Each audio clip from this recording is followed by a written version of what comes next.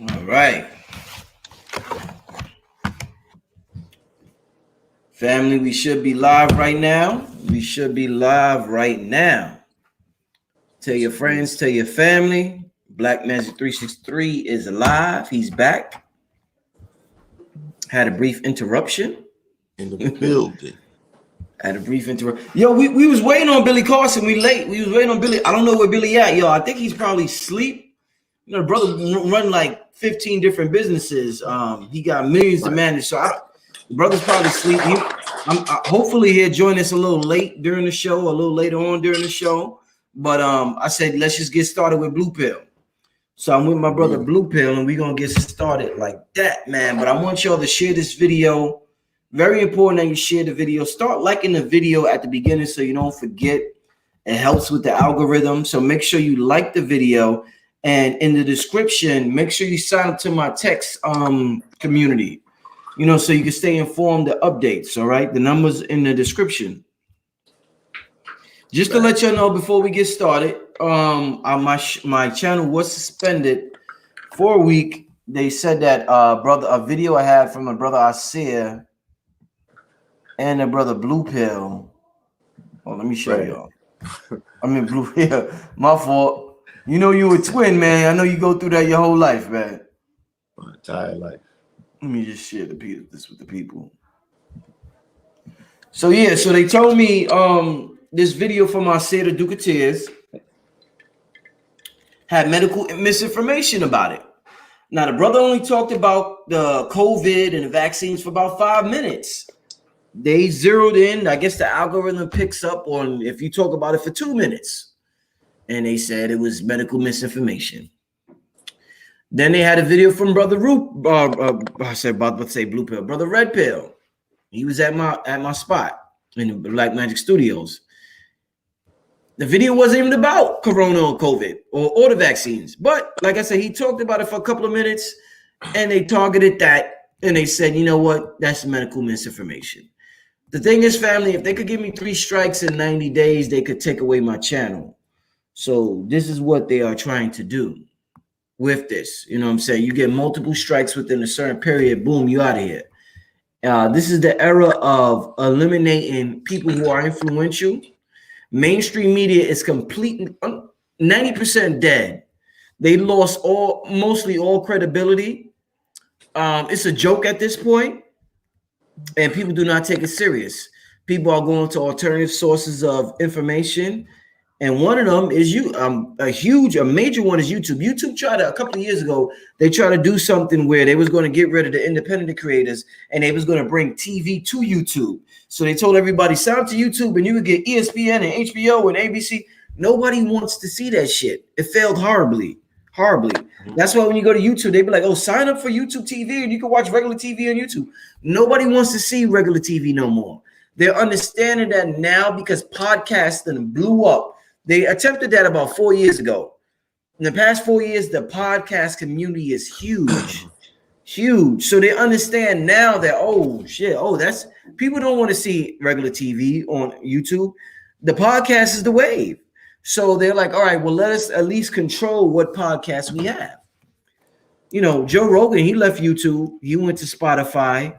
Joe Budden's doing his thing somewhere else, I believe. I think he's on Patreon. I'm not sure. But yeah, man, it is what it is. Just stay informed. I will eventually come out with my own platform, an idea, but the idea has to come to me. I move based on, you know, that gut feeling. They call it that gut feeling, or, you know, they say we have 3 brains: the brain, the gut, and the heart. When I get a certain feeling, I move on things, and I didn't get that feeling yet. So that's why I didn't move on it as, you know, yet. For those asking, why you ain't build your own platform? That's a huge endeavor, and you want to make sure when the people move there, number one, they move there in the first place because it's hard to move hundreds of thousands of people from one platform to the next. Secondly, you want to make sure you do it right. Thirdly, you want to make sure you don't do it from your ego, you do it from your heart. And I just didn't get that sign that I was looking for yet, but it's coming because I can feel it's coming closer now than ever. So stay tuned. I got some ideas. Stay tuned for Black Magic University. That's coming within a couple of weeks. Courses like the course me and Blue Pill did last year, the Kundalini course, that will be available up there. All future courses, all past courses will be on Black Magic University. Blue Pill will have a lot to offer on Black Magic University, and we're gonna make sure that works for everybody. So that's coming soon. But as far as the platform, I'll keep you updated with that. But no, I'm not. I am thinking about that. I'm not, not thinking about that. So I just wanted to say that real quick. While the people fill in the chat room, we got 400 people already in here already. Like the video, share the video, please, family. I'm not on YouTube, so I can't see how many people liked it yet. But I should have at least 50% of the people who liked the video already, whoever's in the chat room. Another thing, shout out to Copper Child Mike L. His info will be in the description bar after this video, or if you're watching this not live, it's already in the description bar. Make sure you support this brother. The crowns I wear is from that brother. You know what I'm saying? Yeah, shout out to and shout out to King Simon, the best numerologist in the world, one of the best, him and Lord Strayhorn. And the Numerator, yeah, his he's information. The number one numerator in the world, undeniable. I'm on a different computer right now, so I don't have the flyer, but his information will be in the description as well. Mm-hmm. That brother has helped me for over 15 years, I think, probably 10 to 15 years. Myself, my queen, he told me about my son, when my son was born, all types of stuff. Shout out to him. Those are some brief announcements. Like I said, we were still waiting for Billy. I don't know what happened with Billy. I think he fell asleep. Blue Pill, I'm glad to have you back on here, back on Black Magic 363. It feels good to be back on the airwaves. Welcome back, my brother. Peace, love, and light. It's always an honor to be on this platform, sharing light with the family. Peace to the family. Peace to everybody in the chat. Peace to everybody that's going to hear this in the playback. All right? And peace to Billy, whenever Billy pulls up. Yo, listen, fam. The show ain't about. I want. You can't help but talk about crypto sometimes. I was going to talk about crypto, but that's a whole nother show. But I just got a text. That's why I said it. A lot of people buying shit up. Crypto market done went down, so it's the perfect time. If you late to the party, right. When I told y'all about the workshop with Chicago Crypto in November, it was at 20,000 Bitcoin. Now it's at 60. It done fell back down to 50. So I just want to say that real quick. But I got something coming up with crypto again. But Blue Pill doing big things in that market. Blue Pill doing big things, man. Yo, Blue, man, I'm proud of you for just doing so much, man. I see you moving and shaking. You're doing so much, brother. You're very inspirational. I remember when I told you, when I presented the idea of the Kundalini workshop to you, I said, yo, the ancestors telling me get Blue Pill. And the way you was moving and the way you was so confident during the prime of the whole COVID thing, it's it's like it's easy for somebody to make free throws in practice. You was making free throws during the game, fourth quarter. Everybody was panicking. Blue Pill was like, I'm unapologetically what you said, optimistic. Like Blue Pill was like, I know people like, who is this nigga here? Like, what gives you the audacity to talk like that? Number one, you're black. You know what I'm saying? Number two, you're a male. Number three, you see everything going on around you, and you still talk like that. Something ain't right about you. So I said I had to get Blue Pill for that Kundalini, and it worked out amazingly. But I thank you. I thank you for telling me, I'm encountering people to speak about the transformation that they've been able to undertake, and just the breathing regimen within itself. Mm-hmm. That has done so much just to give people their confidence and their spirit back. Because remember, spirit and breath are synonymous. And what was under attack, or what is under attack, is the breath. Like Phil said on the show, right? The spirit and the breath are one. So this is a spiritual attack. It's an attack on the lungs, right? It's an attack on the lungs by way of the blood. So it don't get no more personal than that. You feel me?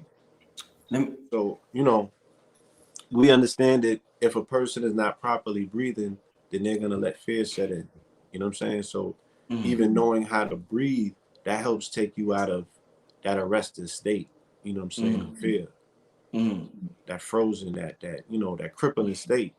Yeah. So the That's breath what is they, everything. when you don't breathe right, they be like, yo, you short circuiting, because we electrical beings. So they be like, you short circuiting. You can't even, you know what I'm saying? Your electricity can't even flow. You know what I'm saying?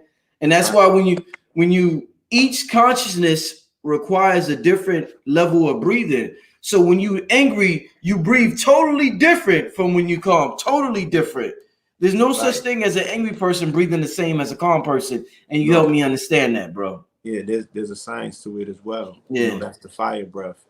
And you can work up your testosterone and your kundalini, you know what I'm saying? And there's a methodology for that fire breath for particular reasons. But then there's another methodology if you want to bring down, that particular energy frequency and bring it to a calm level and balance it out. And there's a meditative state.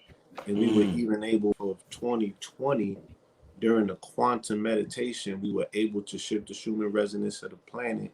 And in my observation, bring about a shift, because that Monday, the Surgeon General got on TV and said there's been an unexpected turn in the curve of COVID. And it kind of flatlined until George Floyd kind of spiked in terms of people being animated again, angered, and anger and fear and all of those things. Just seeing that incident, it had to make you sick. So what did it do to the susceptibility of people who are now getting misdiagnosed with false positives called COVID? I mean, but nonetheless, they took to the streets in millions, and they stepped over that fear and they got to the anger, right? Because they had to unleash it some way, somehow. They couldn't bottle up no more. So, Indeed. and now here we are in less than a year. I mean, when have you seen this lightning prosecution? Yeah. Fast, yeah. Everything is electric, yeah. The brother in the chat said, Lord Josh said, bro, my nose. Hold up, I want to just put that. My nose is stopped up right now. Use peppermint essential oil. If that helps a lot. I feel when if you and Phil, Dr. Valentine and KT talked about that. If you have a cold or if you're stopped up, you can't breathe right, that peppermint, use that peppermint and eucalyptus. Get some peppermint. Right. Yeah, Peppermint. get that. Them essential oils is some serious stuff, y'all. If you have silver bullet, the nostrils, that'll work as well. To clear your sinuses out. But for now, attempt to breathe through the stomach.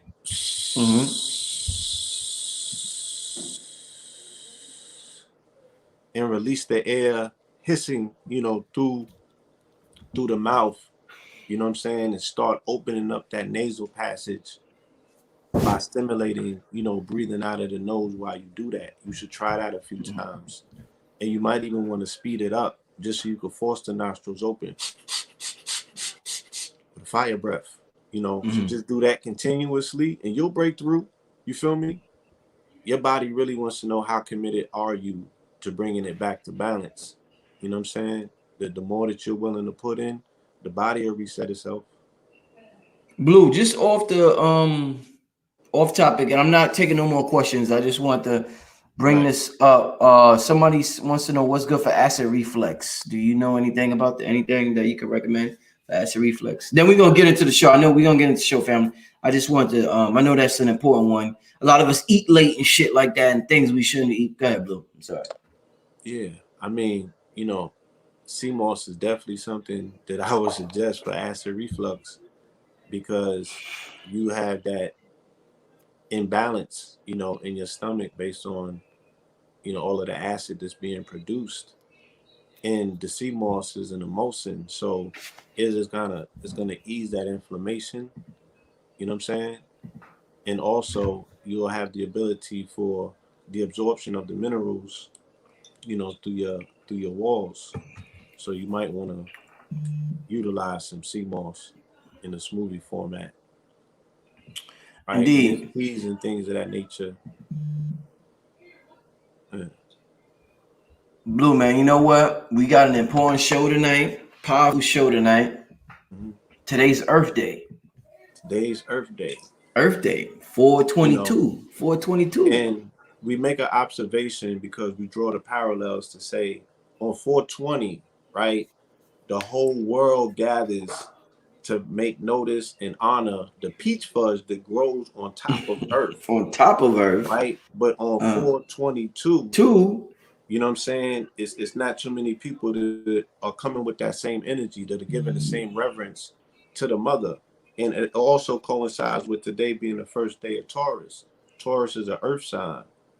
Today's the first day of Taurus? Today? Yes. Oh, today, okay. Yes. So it represents Earth. It represents all things material, right?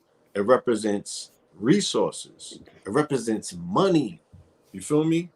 It represents, all of the good stuff as well. You dig what I'm saying? It represents all of this. This is what Taurus represents. It's dealing with what? The blossoming, not necessarily the harvest, but things have already came into life by way of Aries kicking it off by being the ox, the beginning, the bull, you know what I'm saying? And this is the cow, this is the fertileness, this brings life forward. So these are like those fertile seasons. You feel me? Indeed. And it's not a coincidence that there's so much activity taking place in money markets, in the currency markets at this particular time, like literally right now. I think Ether hit his all-time high today, but the market is on the down. It's a wonderful time to buy in the dip. If I could share just a vision so people can get a concept of what this looks like mentally, take the company SpaceX, right? SpaceX has advertised that they're going to send rockets to the moon, right? Or to different parts of the space or what have you. And sometimes they fail and sometimes they're successful. Well, envision a dip like this. The coins are coming back to their base as rocket ships and they're getting repaired, right? And some of them are getting refueled and they're going to take back off. And some of them are going to crash, right? They're going to take off and they're going to dip. And some of them is going to go to the moon, right? So through technical analysis and other methodologies, you're supposed to be able to what? Zero in on what's your best percentages or what's your best averages and edges to say, yo, this is where I'm going to wedge my bets, for lack of a better term, right? I'm going to put my, my bread. Indeed. Blue, how I want to get started today is I want to get into this Bobby. We're talking about Earth, right? Right. I want to get into the legend Bobby Hemmett. A clip from him, Transatlantic Production. Shout out to Minister Clemson Brown.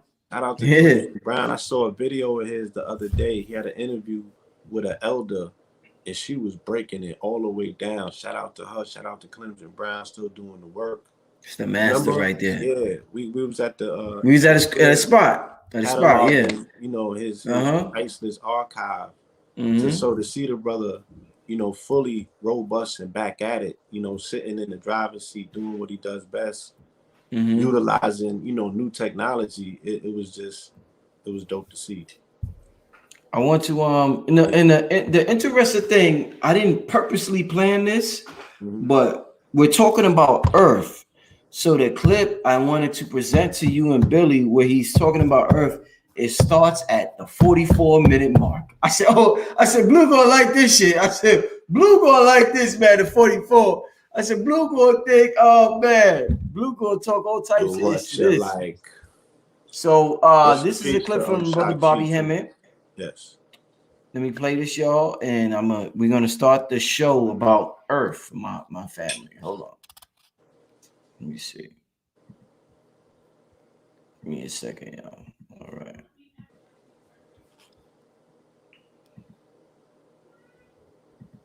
You must understand that the Earth was always. Hold up, let me right to the 44 mark. When the gods used to rule, you must understand that the Earth was always here, It just wasn't always on the physical realm. It was always here, but as a gradual decline, it became physical. So when the gods used to rule, that was when the earth was not necessarily physical. You see what I'm saying? Yeah. Mm-hmm. Now Rudolf Steiner says that at one time the original world was a spiritual world. Mm-hmm. And basically the vibration slowed down. And as it slowed down, the composites came together, the elements came together, and as slow vibration, they came together, became more dense. And our bodies became more dense. Our bodies became more dense. At one time, the spiritual world was just as visible as the physical, but the physical at that time was almost invisible. It was a little faint dim. As the vibration slowed down, the physical world became more vivid and more visual, and the spiritual world became invisible. You see what I'm saying? Mm-hmm. Mm-hmm. Mm-hmm. So those particular times are during the times of the Lemuria. They got several names: Hyperborea, Terra, Alcaborea, Atlantis, Mu, all of that. Yeah. They were semi-physical times. Mm-hmm. Mm-hmm. You see. Mm-hmm. And we used to use, when you asked the question that we used to use, how we used to use all of this, we had the full function of all our energies, the chakras, the third eye, the kundalini, and all that. After we had the full function. After we came into the physical, we still had the full function. But the ancients understood one thing, that they had a race before time. They had a race against time. They knew that one day that these particular spiritual records that is in our DNA would shut down and would go offline, because as time went on, we started deteriorating, where it become more dormant.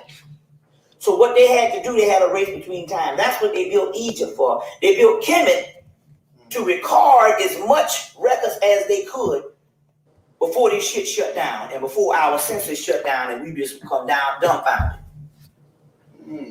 Now, all this stuff comes together, because I often wonder if the Africans was just as advanced as the Egyptians. You have to often wonder this: why didn't the other Africans build the same type of society? Right. With all the large monuments. Yes. The Africans didn't need to build a society because they were very advanced. They had all that shit was in their head. It's just that they sent an expedition during the time of Atlantis at one part of the earth, mainly the center part, to build all the monuments so they can have when all this shit shut down. Mm-hmm. When this stuff start going down. So in the center part. All right. Hold up. Blue. They built the monument. Blue, you hear me? Yeah. Wow. Shout out to the great brother Bobby Hammett. Wasn't that a magnificent clip, Blue? Yes, indeed. Shout out to the master teacher, the elder. Truly, master. Yo, Bobby. Wow, man.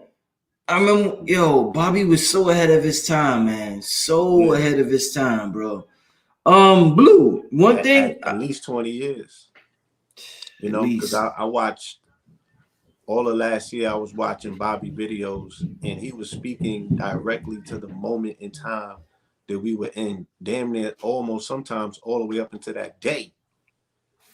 That's how, quantum it was with Bobby in regards to the fact that he was like, yo, there's not even a lot of proof out there. If we could find just 1%, just one thing that backs up what I'm saying and everything right. And I'm like, Bobby, they got receipt after receipt after receipt. You know what I'm saying? Everything that damn near that he spoke on, you've seen it. Indeed. What I want to ask you based on that clip is one thing Bobby said earlier that led up to that clip was he said that Earth, we're talking Earth Day, today's Earth Day. He said Earth was in the beginning before the universe was even founded. That makes Earth a very, and he said this was based on the Dogon. That makes Earth a very, very, very, very, very important place. Now we look at it as the garbage of the universe. Everybody's more advanced than us, and then when you fuck up and you lose, you come to Earth and you learn you're in jail, prison, same thing, and we just the losers of the universe. Mm-hmm. Bobby said we was here before the universe was even founded. We have to we got to discuss what's going on with this. Our purpose here on Earth, Blue. Talk to me about that. Based on what Bobby said and what I just said to you, what do you think about Earth and the history of Earth and Earth's importance in the universal structure? If we are to buy into the concept that is told to us that we live in an ever-expanding universe, right? Mm-hmm. Mm-hmm. Then what is it that necessarily keeps solar systems in place mathematically where the measurement is so precise that Earth fit, right, in a position where it is perfectly positioned to receive sunlight and not burn it, right? Mm-hmm. And also maintain aquatic life on a percentage of this planet that is the majority, right? So Earth has a specific positioning in time and space, which is supposed to be a random place, right? That is continuously expanding. So how does Earth maintain its balance where it's perfectly in alignment to receive what's considered to be what? The rays of life. Now, we haven't necessarily been anywhere else in this lifetime to say that anything else exists or what it exists like, right? We know the perfect balance that Earth represents and the ecosystems that Earth is able to house and call, these ecosystems are able to call Earth home, right? Simultaneously, everything exists simultaneously and everything is receiving from Earth and everything is giving to Earth. Everything is part of the Earth ecosystem, right? So how can that be possible? There's no randomness to that particular design. That is a specific design that has to fit together mathematically. So for something to be so mathematically precise that it is able to play host to all of the different terrains that you will find on the spatial planes, right? A place like that had to have been created in the mind of the creator to say, look, this is going to be the center or the junction point of where all of my creation meets. And that is even what is said in the text about this particular place being the center of the universe.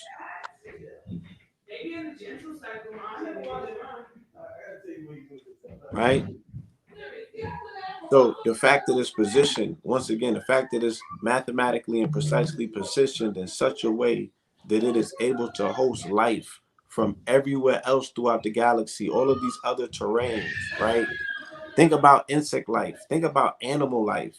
Think about the birds, right? Think about reptilians. Think about the diversity of humans, right? Think about all of these things.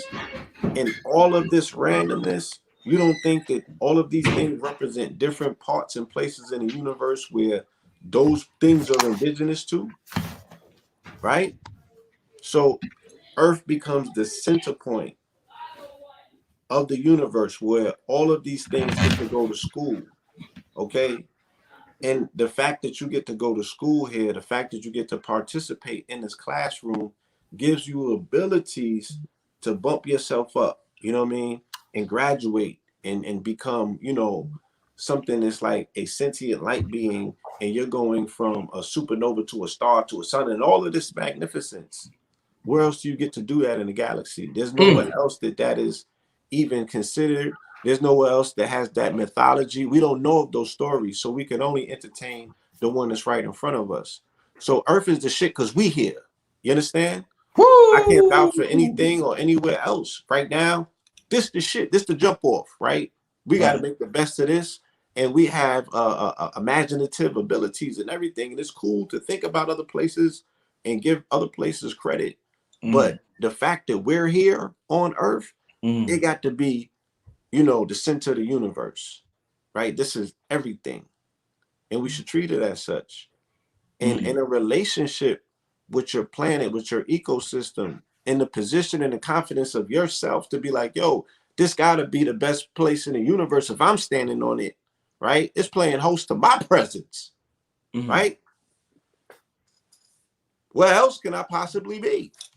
Until proven otherwise, right? I don't know what the atmosphere on Mars is like, and I don't know what the women on Venus is like. So, you know, Earth got a lot going on that I still need to explore, to go back to the Most High with a suitcase full of memories to be like, yo, trust me, son, I got the best ones for you, man. Wait till you see this, you know, pop this tape in. You know what I'm saying? Rolling up, yo, we're gonna watch this together. Yo. Like, indeed. Something Lux said, and the Loaded Lux, one of the most famous battle rappers in the world, probably the most famous battle rapper / lyricist in the world. He said, what he said? How do I say this out? He says, let me play this part real quick. I don't want to mess up because this pertains to, this is very important. Prolific, yeah. Yeah, one of the biggest poets in our time. Hold up, family. I'm gonna play this. Y'all gonna get this work, as Luck said. We gonna play this.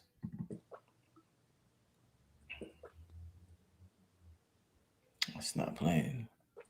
All right.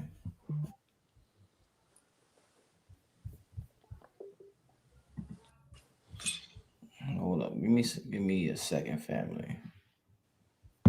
Give me a second. Let's get this right.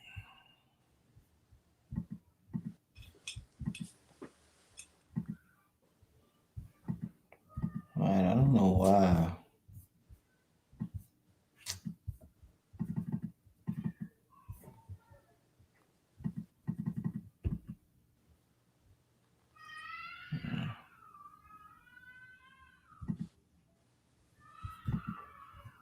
It's not playing for some reason. Let me just say, I hope I say it right. It's not playing for some reason. I hope I say it right.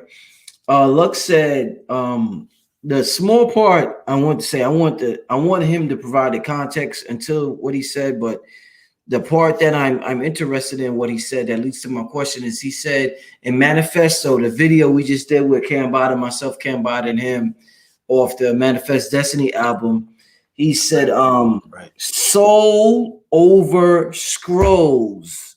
The Lord's law is tainted.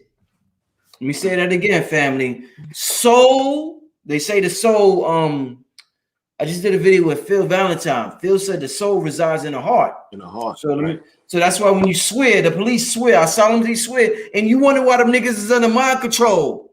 They done sold their soul. You wonder why I got an uncle who's an officer, right? From my grandfather married another woman, not my grandmother. Right. And that side of the family said, ever since he became a cop, he changed. Yeah. That entity, that egregor. Yeah, that's an egregor. It's a spirit. That spirit took control. That spirit, you put your hand, just like you shake it. Your hand is important. You put your hand over your heart. That egregor got control over you now. Yeah. So now you're doing shit. You're a whole different individual now. Yeah, you contracted. But that's a whole nother story. I just wanted to say that. But I just want to repeat. Luck said, "Soul over scrolls. The Lord's law is tainted." With that being said, Blue, when you study the hieroglyphs and what we got and what Bobby talked about with the ancients, how much of that do you take with a grain of salt? Because you know that regardless of how you look at them, whatever they wrote can be tainted, can be false, can be a nigga with an agenda. Just like there's a nigga with an agenda in the conscious community today. If the earth ended, he could write some scrolls on the wall. That don't mean it necessarily was true. He could say, fuck blue pill. But everything else he could say was true. But he had a personal vendetta against you. Shit like that happened in the ancient world. But we romanticize it so we don't look at it like that. But the same shit that happened now was happening. in the ancient world. Maybe not to that extent, but shit happened. So how much of the ancient text do you look at with a grain of salt? How much soul do you use to do research, and how much information do you use to do research, Blue? That's a wonderful question, and I can honestly say that it has to be a synthesis of two.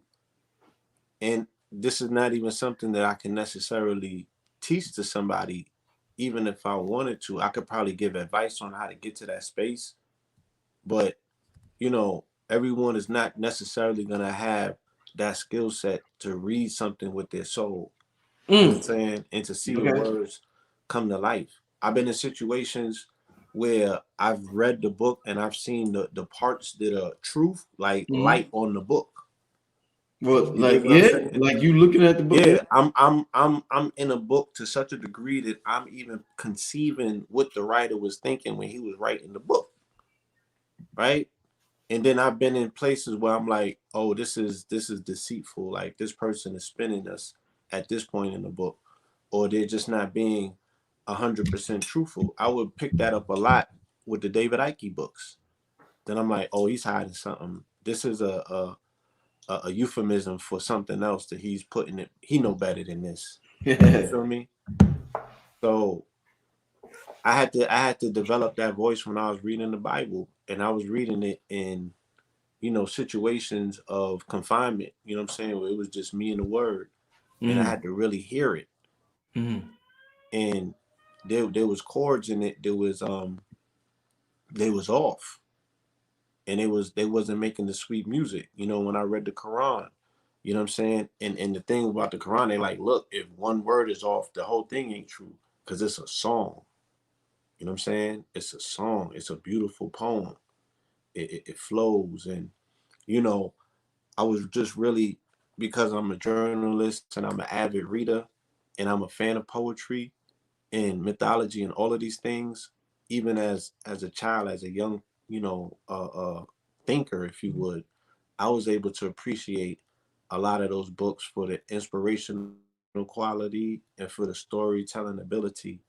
But I never really, hung on to every single word per se, but I appreciated what was being conveyed, the aspects of it that dealt with, things that was building of character, and it all is all stories, and all of them stories pertain to some form of character building or character flaw.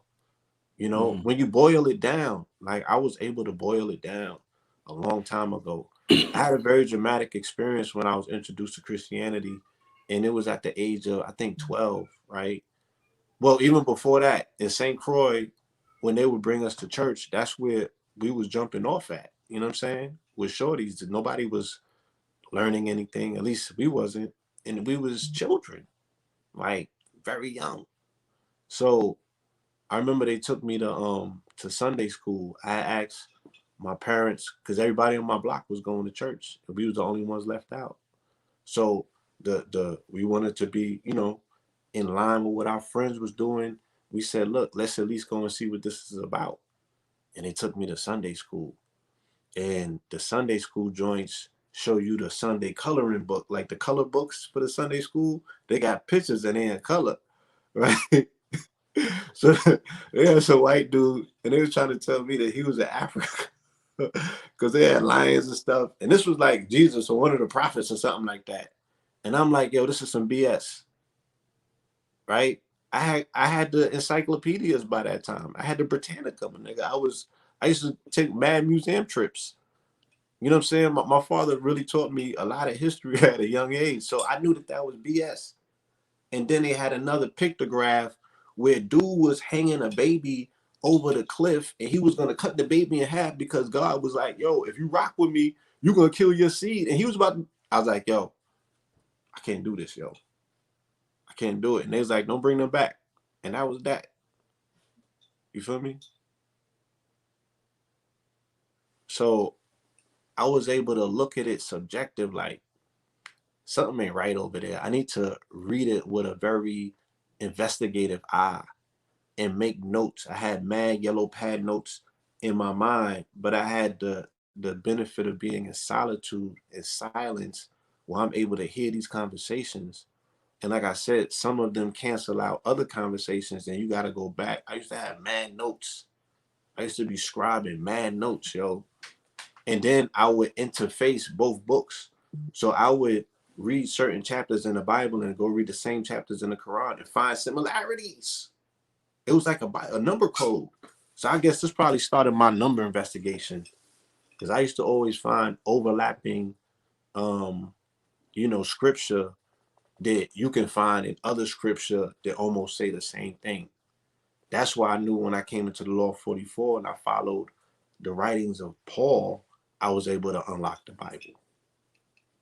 And the Bible is just a 44 resonating book, because Jesus is a 44 resonator, through and through, all the way. That book is about blood and bloodlines, 44 and 444. Hey, Blue, you talk about 44 a whole lot. And you talking about the square, and you talk about the coffin and the box and this and that. What does, for those who don't know, what does circle and the square mean? Since you want to talk about the square so much, what does circling, because we think Earth is a circle, and you keep talking about a square and all this Freemasonic talk and this and that. What does circling the square mean, Blue? Well, both shapes, right, in essence represent 360 degrees. But one of them you get to by the corners, which are 90-degree corners. You know what I'm saying? So 90 times 4 is 360. You get to it when it has shape, right? Circumference in it, volume, right? It has form. A circle can be formless, and it's 360 degrees. And it can go, this is 360 degrees, this is 360 degrees, this is 360 degrees. You feel me? And in the presence of a circular object such as that brings into play pi, right? And that's when you get into pi. And this is how you get into creation. So one is free, you know what I'm saying? And one is constricted by way of it being confined to shape, right? Being confined to an actual form, right? So with the 44, the whole concept is understanding, living in a carbon-based reality. There's an aspect of being boxed in, right? Everything is hexagonal, but on the surface is squares, right? But when you get to a circle, you can move energy around. You can circumambulate energy, as opposed to energy being stuck in 90-degree angles and creating positive ions, which attract negative things. That's why even in the charts, astrologically, when you're squaring somebody, you're in a conflict zone. You know what I'm saying? You put people in tenements, you know what I'm saying? People are fighting for the block, right? The corner pocket of it, right? Niggas got coke in the corner pocket, shooting pool in the corner pocket of the avenue, slinging rocks.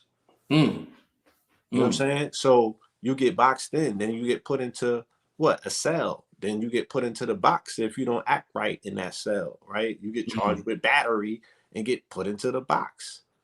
You know what I'm saying? So this whole relationship, you are interfacing with this concept of imprisonment, of this box, of confinement.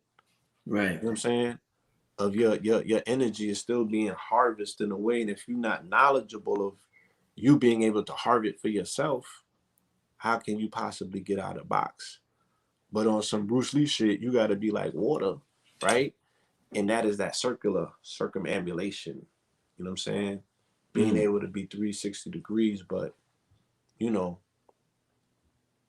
a square. Why do you think, our slang, we're usually advanced with our slang.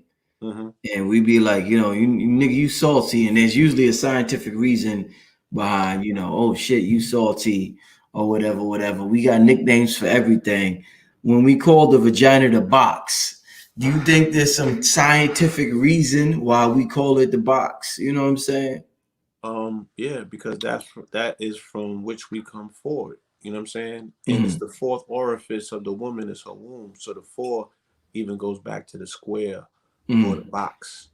You know what I mean? It's the womb. That is how you square the box. You know what I'm saying? That womb. I mean, how you square How you circle the square. How you circle the square. Right. You know, that womb, that vesica Pisces. You know what I'm saying? How you gain That's how you circle the square. You heard of? Oh shit. Yeah. We advancing. We don't even know we circling the square with our slang. We don't even know it. Our slang is always gonna, you know, go back to our science, even in our amnesia. You know what I'm saying? Even in our sleep state, it's still gonna be layered. So when we wake up, just like a glyph, you know what I'm saying? We talking about, okay, you know, the ancients and the elders and the ancestors, you know, they put these particular glyphs up as languages, as what? As signs and symbols that speak to your subconscious, and you also know how to decipher, right? It's a language. You feel me? And, you know, like we said, in this day and age, so is emojis. So is, you know, this condensed language that we use, the LOLs and SMH. And how are you ever able as a researcher in the future to deduce what that person's feeling was when they was using these non-linear things called emojis? You feel me? This always left up to interpretation. They're like, was he laughing with them or at them? Like, so Blue, how do you feel? We live on. We're experiencing what we call planet Earth, and we have a certain language. How do you feel about? Let's say you leave planet Earth, right? Blue Pill leaves planet Earth. Let's say 40 years from now, 44 years from now. Let's say 44, since that's your number. 44 years from now, you leave planet Earth, and all your writings are still intact. And 1,000 years from now, people take your writings, but they interpret it 44 different ways. So it's like you meant this. You're like, yo, boom, boom, boom, alkaline diet, but somebody takes your information and interprets it 44 different ways based on their perspective of reality. How would you feel about that, since reality is based on perception in the first place? Do you think that we all take something and just interpret it from our perception? Or do you think that we should all have the same perception of what somebody said or did? Yeah, the benefit of being in this space during this day, during this time, is that you have the ability through time to leave a very clear picture of what it is that you meant, how you meant it, right? We got all of these forms of media. Blue, you can leave the clearest picture. People will still. I'm just saying. Still, yeah, Blue, I seen it. Granted, they're bound to still take and do as so they please, right? Look at Jesus. You don't think Jesus left the Jesus, who we call Jesus? Nigga, this nigga said, what I did, y'all could do. They still don't understand. Like, nah, he ain't say that. He ain't mean that. We can't be Jesus. Nah, that's impossible. That's the best example. Go ahead. I'm sorry, my brother. Go ahead. Yeah. But when you deify someone, you know what I'm saying? You make that assignment seem very far and out of reach for certain people. Yeah. Right? The way for Christianity to work is they have to see Jesus as a deified figure who's able to do something that was quote unquote considered non-human. You feel me? Yeah. And you know, let's use the story of Jesus in the Bible as an analogy for the story of Earth, right? Yeah. To say, if Earth is such a perfect place and its position so mathematically precise that it came into fruition or physical existence when it did, to lock itself into this orbit as a round ball where now it is going around the sun in a particular way and it grows life. That's the mathematical precision to do that is unprecedented in the scope, right? But let's say that, boom, that happened. It didn't happen, even if they said that it existed before the beginning of the universe. It had to take time, right, to manifest, to work, to wait for the perfect time. So, okay, we're saying God is cognizant of time, right? Because if we go into biblical scripture, right, he didn't start the existence of man with Jesus. He sent Adam. He sent somebody that he didn't even know, obviously, because God can't possibly know everything to give man decision to make choice. And the first choice he make is a fuck up, right? So how could you not know? Did you have a parallel outcome for us if he would have did something different? And I'm saying, if that was the case, why not send Jesus from the jump? Right? So he waited and failed forward with multiple civilizations that he had to scrap, right? That doesn't sound like the most knowledgeable person to me whose script is going as planned. Later, way later, only 2021 years ago, does he decide, oh shit, I done exhausted all of my other options. I done sent in Team 6 and they couldn't figure this shit. I gotta send my only begotten. Like, damn, where was he at? All this time. Right? So there's mad questions to ask. Just like Earth. Why did it show up when it did? Because what is the official birth record? Scientifically, it's 4.3 billion years. You know, the studies will tell you it's a certain trillions of years old, but it's still not the beginning of time. It's still not Big Bang. Do you ever feel strange? Does it ever feel strange, Blue? They say the sun is the giver of all life, right?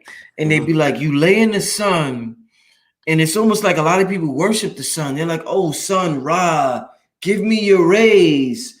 Oh, Ra, thank you for life. Thank you for your, and they're like worshiping the sun almost. But then another group of people say, yo, you existed before the sun, moon, and the stars. So it's almost like you're like, oh, it's like, imagine you have a son, and then you're like, oh, son, you know what I'm saying? But you his father. So it's almost like you the father of the sun that we see in the sky.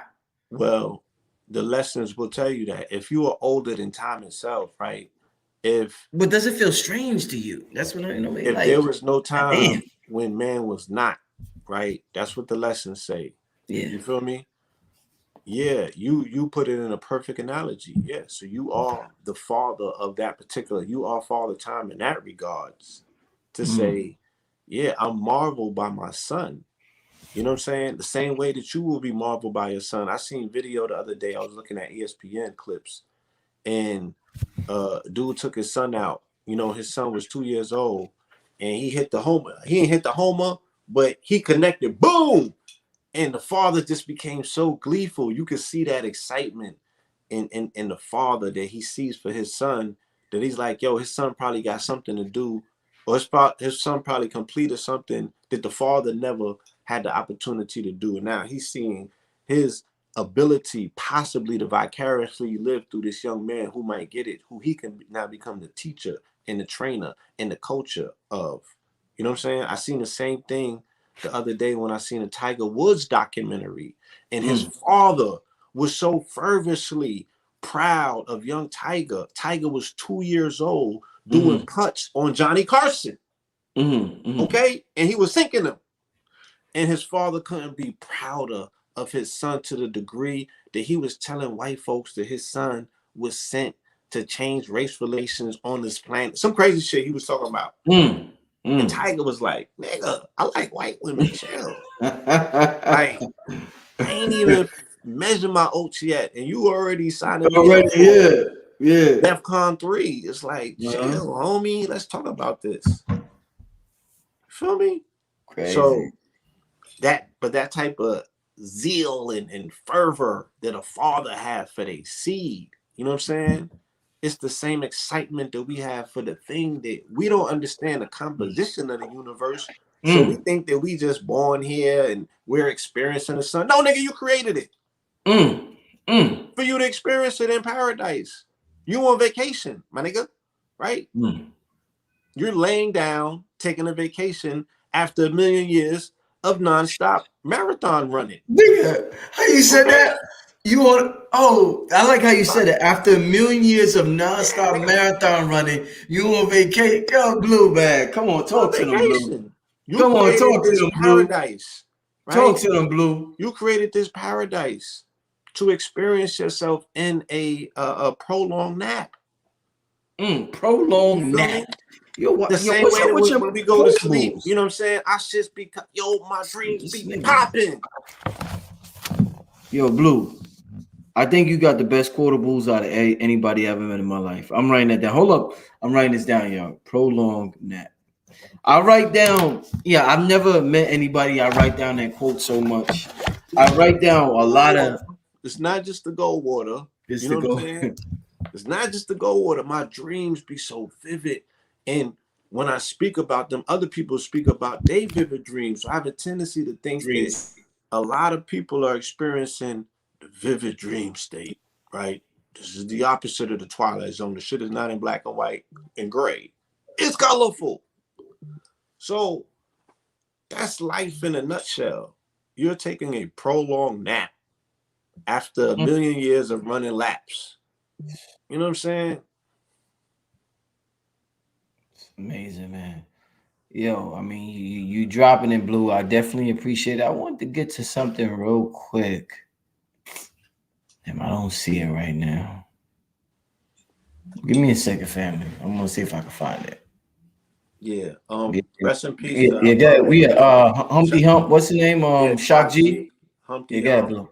Man, he continue, to rise in power. If nothing else, what we are experiencing is a revisit of the 90s. You know what I'm saying? For the people who we champion growing up or making a transition. You feel me?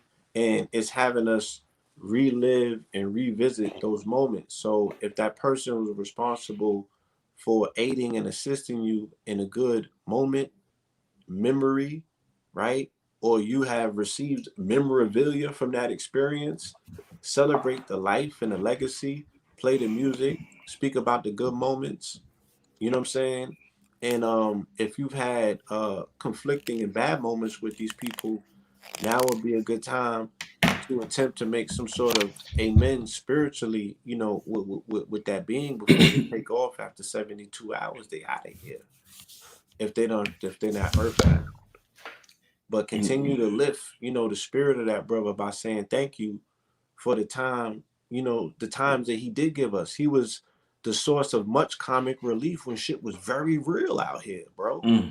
Like there was nothing else really to laugh about in hip hop. You know what I'm saying? Not everybody gravitated to the Fresh Prince. That wasn't their toaster, their cup of tea.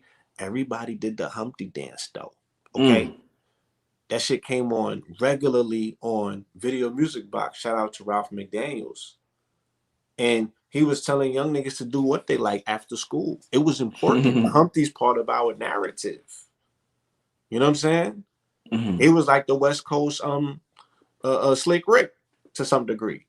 You feel me? If you understand. No, facts. Slick Rick, he put color to a lot of narratives as well. Look, bro, we talking about amazing storytellers, man. This brother over my shoulder, Nasir Jones, you know what I'm saying? We talking about profound storytellers, people that can weave the English language into descriptive sentences that paint pictures and have crystallized, right, themselves with you in your memory lane, right? The shit is fixed into your neural cortex. You can't do nothing with it, and you can't do nothing without it, nigga. Indeed. Do what you like. Right? Shout out to Shock G, man. Like, shout out to Shock G, definitely. Yeah, man. Part of my childhood. How many, keep it real with me, y'all. Like, how old was you until you realized that Shock G and Humpty was the same person? Somebody had to tell you that. For real. For those coming in late, I don't know what happened to my brother Billy Carson. Yeah, I guess I have him on another broadcast, but he didn't pick up. I'm sure the brother's probably asleep because the brother's extremely tired from everything he got going on. But we had to keep the show going. The show never stops. We had to keep it going with just my brother Blue Pill. And besides that, make sure, family, don't feel shy to donate. I got the Cash App on the screen. It's very important. I know I just got suspended from YouTube. Like I said, something's coming down the line. I just got to get the right message from the spirit realm, and I haven't gotten that yet in terms of what to do, because it gotta be something special. It can't be just your emulation of YouTube, or it gotta have its own style to it or whatever. But shout out to everybody who supports all my Patreons. I don't know if my super chat is not working because I didn't get one super chat yet. I know everybody else get their super chat, so I don't know. But shout out to everybody who supports, regardless. My Patreons. I think I got one person who sent the cash up. I don't want to say a name. I don't want to forget because people like when they support to say their name. It's taking too long to come on, family. Hey, but besides that, listen, Blue. Oh, I want to get to this because I want to shout out to Mr. G. Ella, my homegirl Ella, she been on the show before. She says Rich looks younger. Shout out to Ella, one of the best when it comes to herbs. She was a student of Dr. Laila Africa. Yo, Ella, let me tell you, Ella, I want to get you back on the show soon. I want that feminine energy, that female energy. But Mr. G, shout out to Mr. G. Yo, Blue, Mr. G gave me this something he got from Honduras. I don't want to say the name yet, but Mr. G gave me some shit. Well, shout out to Aisha D. Thomas for the Cash App donation. Yo, Blue, Mr. G ain't no joke. He went to Honduras. He the man. This nigga came back to Brooklyn. He hooked me up. So we about to I tell you, I'm coming out with this website called Black Business VIP, and we're gonna form our own line of products with the skin products. So It's interesting. Ella said that, but the skin products is something he bought from Honduras. I've been using for the last week. Okay. This dude, yo, he came back with some shit. Yo, Blue, we got some shit for the skin. I'm trying to tell you. Blue, we got some shit. They don't want yo. Shout out Mr. G, shout out my brother. I hope you listen. If you're not, we coming for them, Blue, with the skin products. So Ella, I'm glad you said that. Ella, I'm glad you said that. Flawless. You know what I'm saying? But yeah, shout out to Mr. G, man. He again coming back with treasures. Yo, these are different times, man. It's no ceilings. There's so many things lining up and consolidating. You know, people is coming. Yo, fortunes. I'm telling you, like they got a brother. You know, I went out to Arizona on my mission with the crystals to really infiltrate the industry and make some connects at the mining level, and I did that only to come back, you know, and get a phone call about a brother from Africa, the guy of mine that's up there right now with a cachet of the illest stuff, right? And you know, like these opportunities are now all the way on the table where they're like, yo, come over, we need manpower, we need equipment, but we got the resources, we got these mines, we got this, we got that.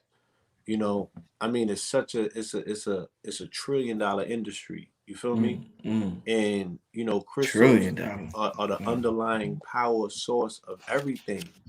You know, there would be no cryptocurrency if it wasn't powered by the technology that's powered by crystals. So even now, there's a chip shortage in these industries, in the big tech industry. You know, and that's slowing things up. And these people is, you know what I'm saying? They're gonna start getting very aggressive about access to these resources. So, you know, we need to be where it counts the most. You feel me? And where we have the best ability, you know, not only to form bonds of solidarity based on the fact that we got melanin in our skin. It's like, nigga, let's do business. You feel me? Big business though. You know, let's do business on an industry level. And, you know, I mean, what's more African than that? Right? Facts. And at this show, I'm telling you, 90% of the product come from Africa and come from Brazil. But it's all run by the Chinaman, right? Shout out to Chinaman. You feel me? You know, there's so many narratives going on right now, brother Rich. You know what I'm saying? A lot, my brother. We ain't even a whole lot. Politics. We stayed in space. We honored the earth. You know what I'm saying? We're not speaking too much about what's going on top of the earth. You know, remember, like I said, people don't even live on earth, right? The majority of people live on cement. They're not even grounded in the earth. They haven't been physically in contact with the earth most of their life. They live 2 inches off of the earth. That's the matrix. They live in the biosphere of it, but they don't live on it. So we're taking time to when you say that, you mean their feet aren't on the Look, people don't understand what your feet. Yeah, they're standing on rubber soles first and foremost. So with their shoes or their sneakers. Electromagnetism cannot travel through rubber. So there's first they're standing on rubber soles. Then they're standing. Is that something you said, or is that fact? I just want to make this clear. I just want to make this clear. So that's a fact. Say that again. I just want to make this fact, Blue. Electricity cannot travel through rubber. That's why they have insulation, my nigga. Thank you, my brother. Okay. And there's a rubber shortage too. So Congo is all the way in play because Congo is coltan, Congo is cobalt, Congo is rubber. Y'all got some Congolese contacts, right? We need to holler at some Congolese uncles and get some lines and plugs to the mines, my nigga. Anyway, so rubber soles, right? Have you disconnected from the electromagnetism that is coming up from the earth that comes by way of the sun hitting the earth with the information, but by way of what? Solar winds and solar rays. Neutrinos, though, are piercing and penetrating any and everything in existence and going through everything. Now, remember, we were speaking about neutrinos all of last year. There's going to be some big information that me and the brother Al-Kibalon bring forward. I'm telling you, this book it's nothing like it on the planet. This book is amazing. I'm not it's amazing. Sell it, but it crazy. So, you know, they're not receiving the electricity or the downloads or the information or the connection, right, from the sun. You're wearing, you know, people are wearing hair hats and they're wearing wigs and they're wearing hats and everything else. So you're not even receiving the fullness of the sun hitting your temple. You're not absorbing it through your crown and you're not absorbing it through your feet. So you literally are just floating in space, right? Sure. And then if you're standing on concrete, right? Again, I tell people accumulatively, if I'm 40 years old, less than 1 year of my life, I have stood with the sole of my foot on the bottom of earth, right? Because even when you go to the beach, you wear slippers when you're walking on sand, my niggas. You feel me? Right, so at what point out of your day, through your daily, do you stand on the earth? You don't, right? You're standing on concrete. You're standing about 2 inches off of the earth. And that's how you live your life. And so standing on the earth, Blue, I'm sorry, standing on the earth is the equivalent to plug in your computer. Say you plug your computer, the AC adapter in the socket. Equivalent to plugging your phone in when it needs to be charged. It's the equivalent, like no exaggeration. No exaggeration. Your foot, the sole of your foot has all of the nerve endings that travel throughout your entire body. All of your organs, everything meets at the sole of your feet. So the way that you can energize and re-energize and nourish the body is through the bottom of the foot. Same way that if they want to apply certain medicines or herbs to you and you're like comatose, they'll do it through your feet because your feet will absorb, right? You know what I thought about, Blue, when I seen the other day? I mean, I'm in Brooklyn. You know where I'm at. You right around me. When you're in New York, because you travel all over the world. They cut down a tree, Blue. So they cut down a tree, and it was just the bottom of the tree. Now, what if I stood on the bottom of that tree? Would that be the equivalent? Would that be even more powerful form of grounding if I stood? What's that called? A tree stump or whatever? Tree stump, yeah. Would that be powerful if I stood on that and grounded? Like, does that? I definitely think that would be a better option than standing on concrete. You're gonna get more out of that than you are, through our everyday walk through the street. You feel me? But yeah, energy is gonna be coursing up through there. Definitely. You feel me? That's an entity. It's alive. Yes. Those rings got pores in them as well. You know what I'm saying? So yeah, Earth is to be experienced and enjoyed. I've been going out into nature more and just really reconnecting, really listening to the song of the birds every day. You know what I'm saying? Really looking in, just an observation, looking at insects and just how they interact, socialize, and all of these things that our ancestors always did. You feel me? Just being cognizant of our surroundings. You know what it is, Blue? A lot of people feel as though, it's so peaceful and it's so tranquil and it's such a great peace of mind when we get involved with Mother Earth. and nature and Mother Nature. Mm-hmm. But a lot of people feel as though they look at the people with the bag and they say, the people with the bag, what are they doing? So if they don't hear the people with the bag talking about the stuff me and you are talking about, they look at it as a waste of time. But when they do start to hear them talking about it, they're like, oh shit, they do that. They rich. So a lot of people don't respect this until they able to make a dollar benefit. People want to do what they benefit from, Blue. You get what I'm saying? So how can you convince people that this benefits them and they still broke financially, Blue? You know, if people were able to entertain the idea or the thought that your ability to attract currency has something to do with your current, and the fact that if you raise your current, if you raise your vibration, if you raise how you feel and how you feel about yourself, then you have an ability to magnetize money. Hence the fact that money got a magnet on it. You know what I'm saying? Mm-hmm. You should be able to attract it and draw it to you. The fact that you are chasing it, right? That's the thing that's burning you out. Mm-hmm. But when you get to a point that you can attract it, you know what I'm saying? Then, you know, you'll get to the point where you overburden with opportunities. Like, yo, I need another one of me. God damn it, I can't knock all of these things down. Mm-hmm. You feel me? Mm-hmm. And it's a process. It's not something that you just wake up and immediately get to. You know what I'm saying? But you can wake up and then immediately, you know, get to some sort of game plan, at least writing out where you want to see yourself, right? Because you got to be able to see it in order to achieve it, right? Tupac told us that by way of shock. Gee, thank you. Mm-hmm. So, you know, you got to see it in order to achieve it. You feel me? Everyone is just not going to automatically wake up and be conditioned to do something totally different in their life. You know what I mean? Mm-hmm. And yeah, like, you know, even with the crypto thing, like, this is not something that you should be going into with your last ones. This is not, you know, this is not your last hoorah. You feel me?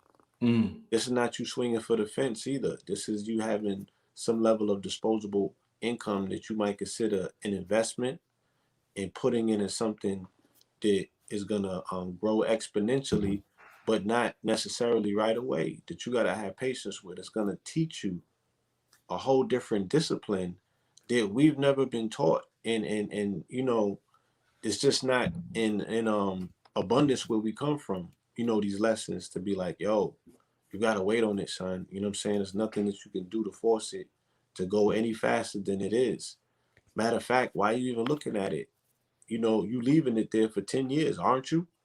That takes a lot of discipline for somebody Mm-hmm. that can't even see themselves, you know, what they're gonna do next year. They don't got plans for themselves next year, let alone 10 years from now.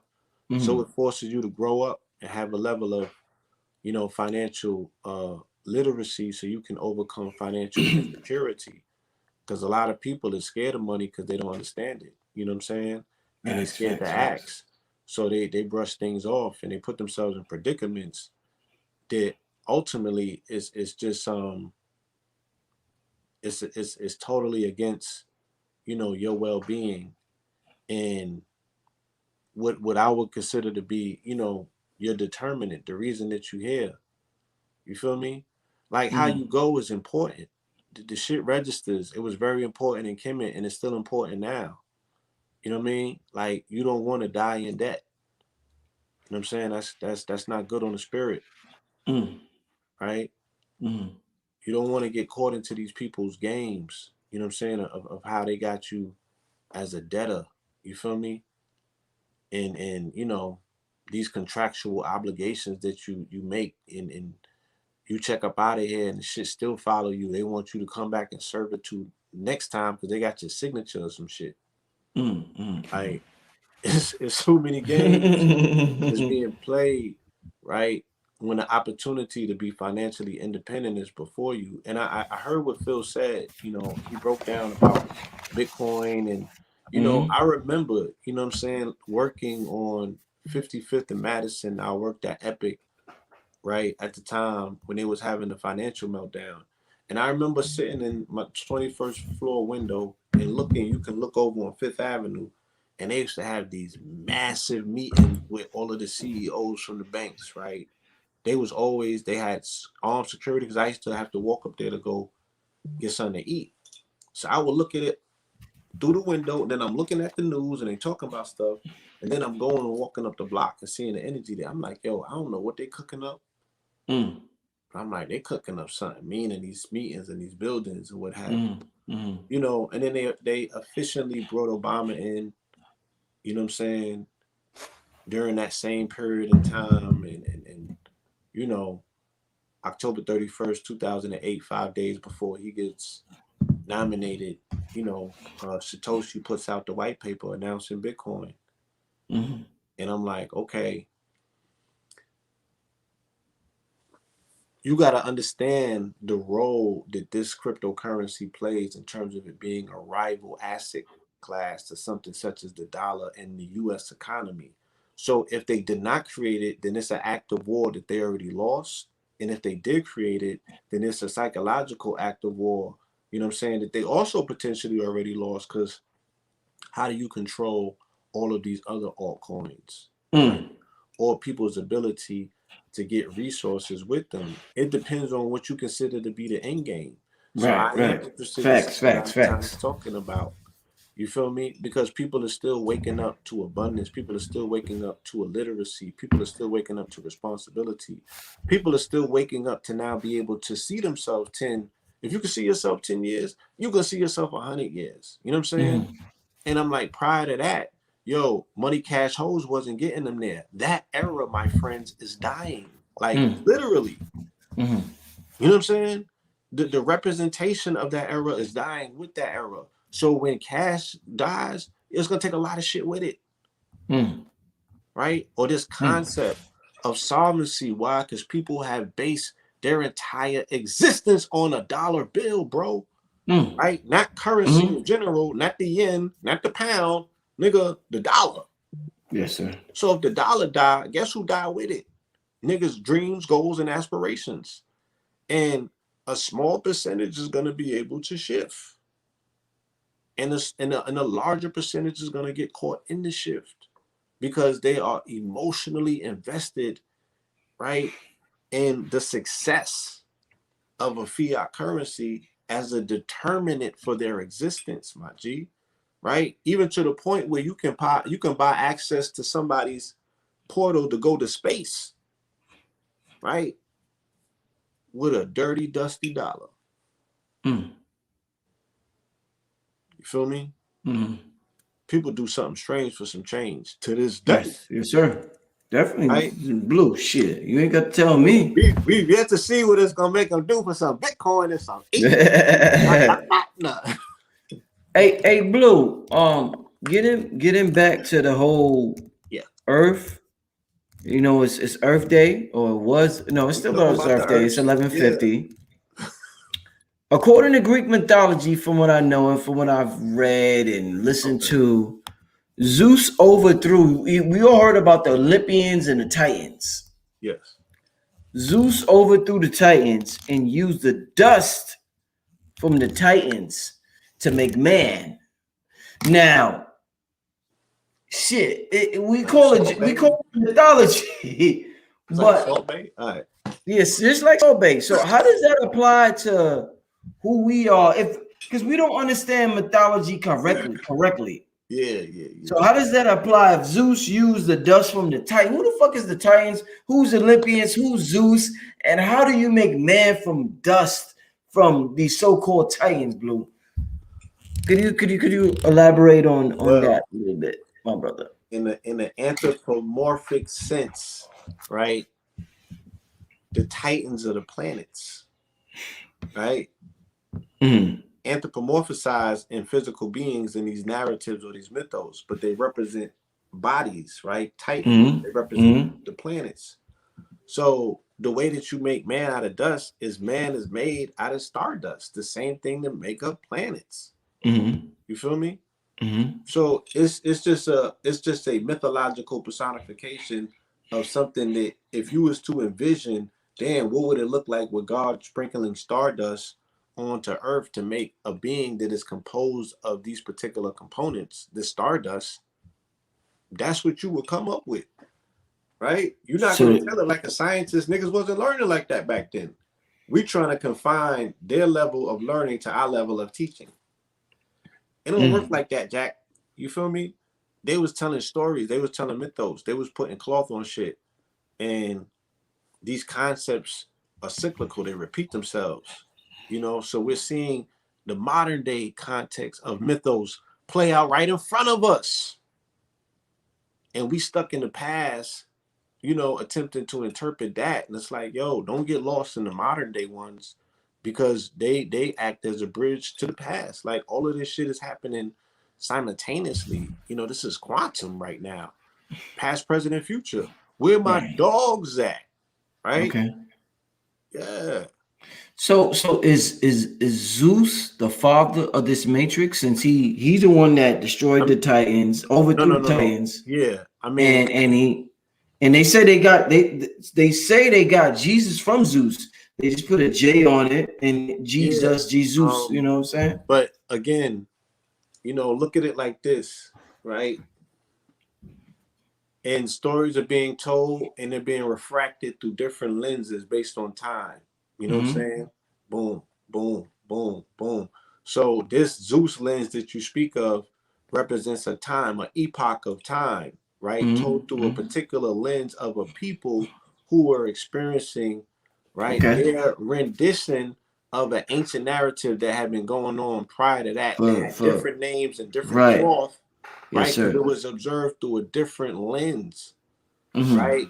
So we might be identifying with the Zeus narrative, but that comes from somewhere as well. So it goes even back further into the ancient. So in Kemet, it will be what? Khnum, who was making the body out of, he was the potter. He was making bodies out of clay. He made man out of clay. You know what I'm saying? And Zeus would be Jupiter, and his father would be Osset. Kronos, right? Saturn. It was Osset in Kemet, right? It was mother time. She's the one who what? Has the cycle. She's the keeper of time.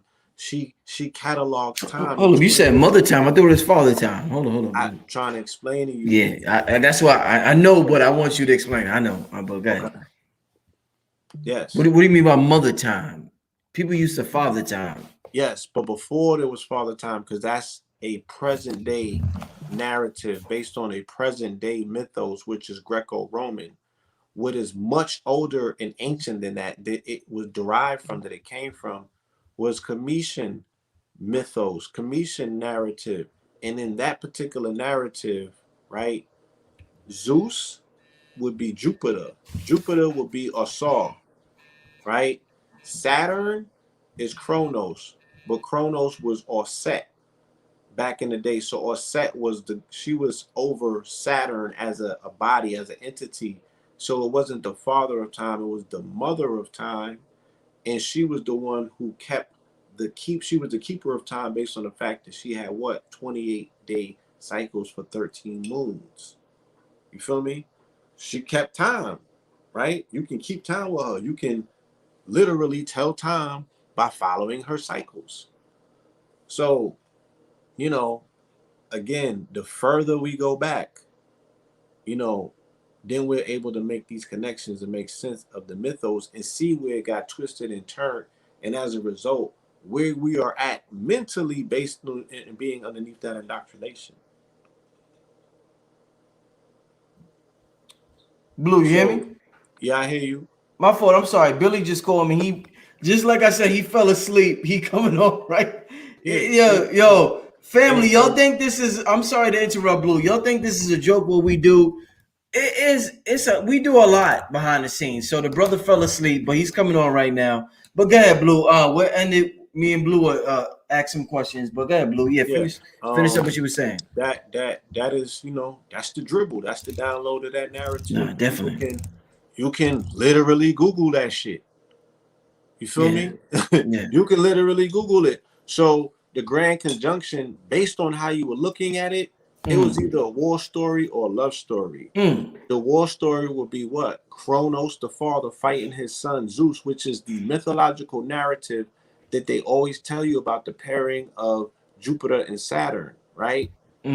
Or it could be the love story of Orset and Osar coming back together, right? Boom. At the conjunction, leading right into Sirius being at her exalted height. 10 days later on the 31st, right? So I would rather follow that narrative, especially to see where we are at on the other side of things. Whereas the war narrative, I'm seeing it play out later in January of that year when now the children eat the father on Wall Street. There was a difference. You never saw that before. You've only seen the father, Kronos, Saturn, eat the children. Now you saw the children come back and eat the father. And you saw the system get penetrated in 3 different ways. Financially, with the Wall Street bets, cyber attacked, right? So security got attacked. And then this motherfucking, the rotunda, the Capitol, the dome, the circle got penetrated, right? Penetrated by the foot soldiers, by the children again, right? These are not the king's men. These are not people of the royal court. These are the peasantry, right? So, you know, the solvency of what we considered this, because every country is personified as a woman. Yes. Right? So with the solvency that we perceive this woman to have, that shit, you know, she got me too. No disrespect. I'm just saying, I'm making a comparative narrative. A comparative narrative, not like that one. Hey, Blue, you know what Kambada said? Hey, Blue, you know what? Narrative. Hey, Blue, you know what Kambada said in our first song we ever did together, Black Magic? He said, Earth's a thought, her twat is rotten. He said that Earth's a thought, her twat is rotten. He said that in our first song, Black Magic. I know it. Take it how you want to take it, family. Take it how you want to take it. Want to take it. We can take an analytical look at it and say in 2019, you know, people stood idly by while the lungs of the planet in Amazon, Brazil were burnt. Yeah. You know, for cattle farming, for the shit that we was indulging in while we was eating the chicken sandwich. The same company that owns KFC and Popeyes and all of that, you know, they're the same companies that are cattle farmers, and they were raising those livestock in Brazil, utilizing all of that charred land that burnt down the Amazon. Yeah, so you take what's taking place in the Amazon with the lungs of the earth collapsing in 2019, and then you look at what? Inclement climates and the fact that glaciers are melting.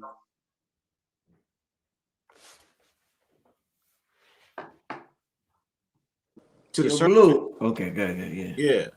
These different bacteria are coming to the surface because the water is now melting because of the glaciers and everything else, and these particular waters warming up. But they never speak about Fukushima. What part does Fukushima and dump radiation water have to do with the oceans warming up? Why come they'll never make these connections? Right. You feel me? So if Kambada says yes, the earth is a dot, you know, twat is rotten, there's a perspective to that we would have to pay attention to say, well, how do the people that are in the Amazon isolated from population, they said that they were the cause of the variant in Brazil? How?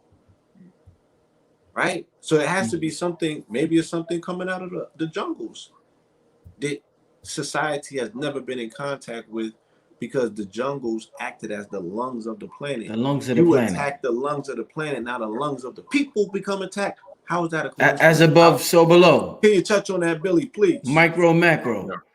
Hey, what's up? What's up? First of all, family, I want to welcome Billy to the show. Billy to the show. Yes. Billy, I know you're a busy man. So I'm already in the shirt. I had to put on the doggone Star's voice so I could hide these red eyes, man. Listen. What's up? Oh, how y'all doing? What's up, Blue Pill? What's up, man? What's up, Rich? Peace, brother. Peace, All right. Yeah, it's been an incredible year already. Oh my God! If people knew the amount of things I was working on, they'd probably pass out. Wow. Hey, But Billy, so what you think about the aspect of as above, so below? You talk about fractals a lot. So right. Blue Pill just talked about, you know, what happened a couple of years ago in the Amazon in Brazil. Right, 2019. That's 2019. That's the lungs of the planet. Right. And now the lungs of the planet within the people of the planet are being affected. Right. Yeah, it's really amazing. I mean, Blue Pill touched on some things that was really crucial in terms of the jungle and even the aspect of the radiation and how we live in a system where if one thing is slightly off, everything is thrown off. You know, I remember I used to work with this guy for this company a long, long time ago. This guy was training me on how to help people with their foreclosed properties, and he was, a Caucasian gentleman, but he had mastered something called check kiting.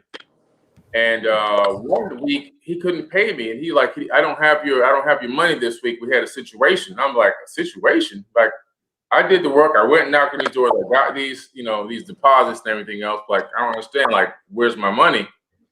And he said, well, man, just sit down. Let me explain it to you. So he was check kiting when he had this system going, this ecological system with checks where he would write checks that didn't have from one bank that didn't have the money in it to send it to another bank.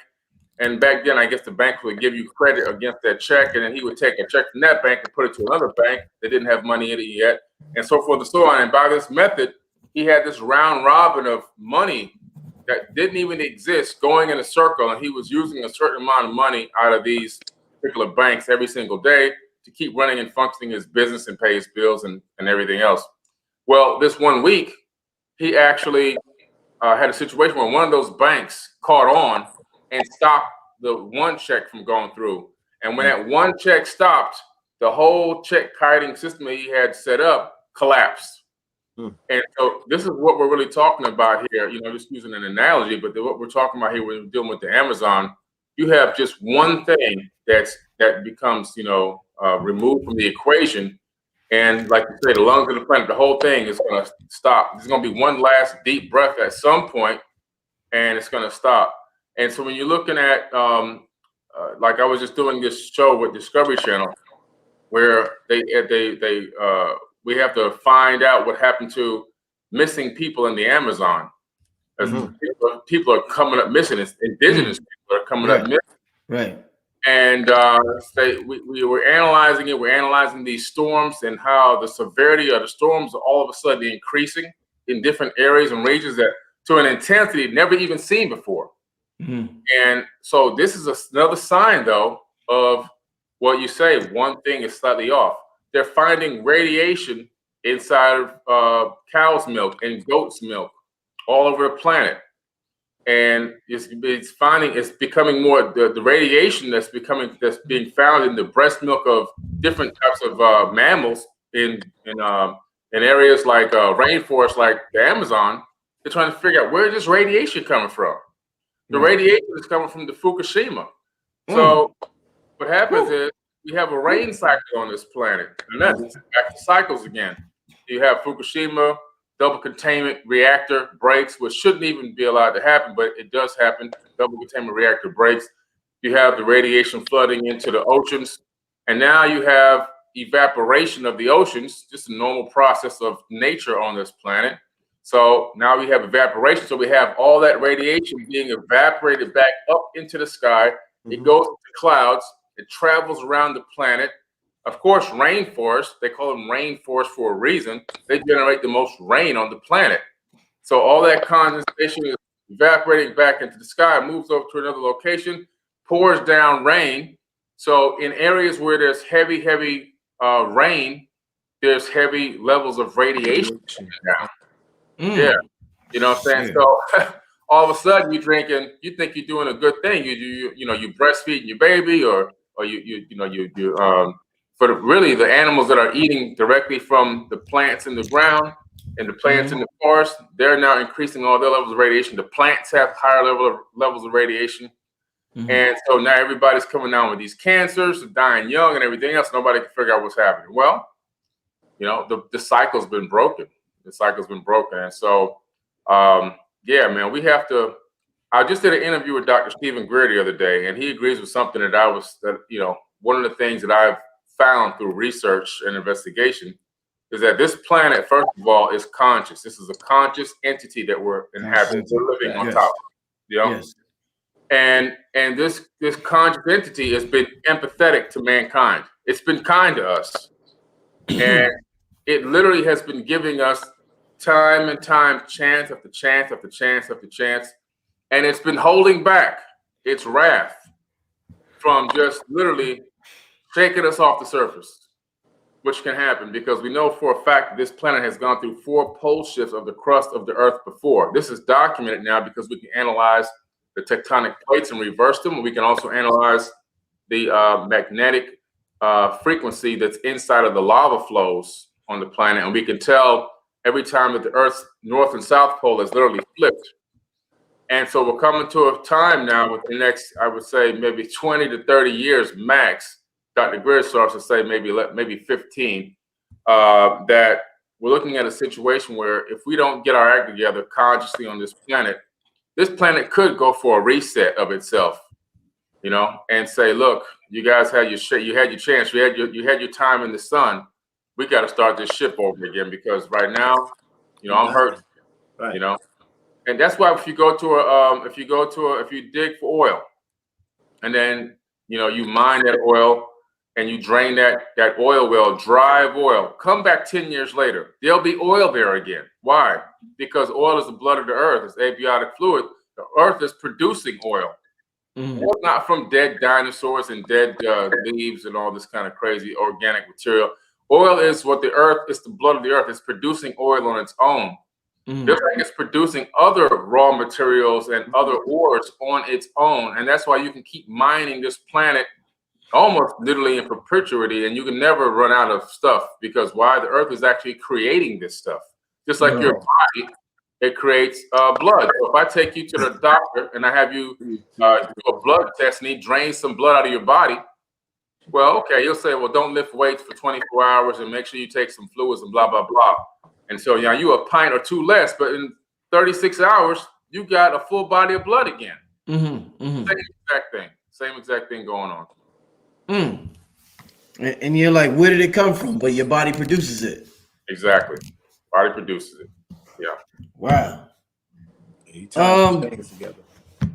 Hey, once again, family, Billy has finally joined the show, man. Welcome, Billy. Billy, you came in swinging, man. I appreciate you came in swinging, man. You came in and you dropped some science real fast, man. So the people ain't mad because of the science you just dropped. They loving it, man. I appreciate you coming on, my brother. I know how it is being an entrepreneur. You got millions to juggle, so yeah.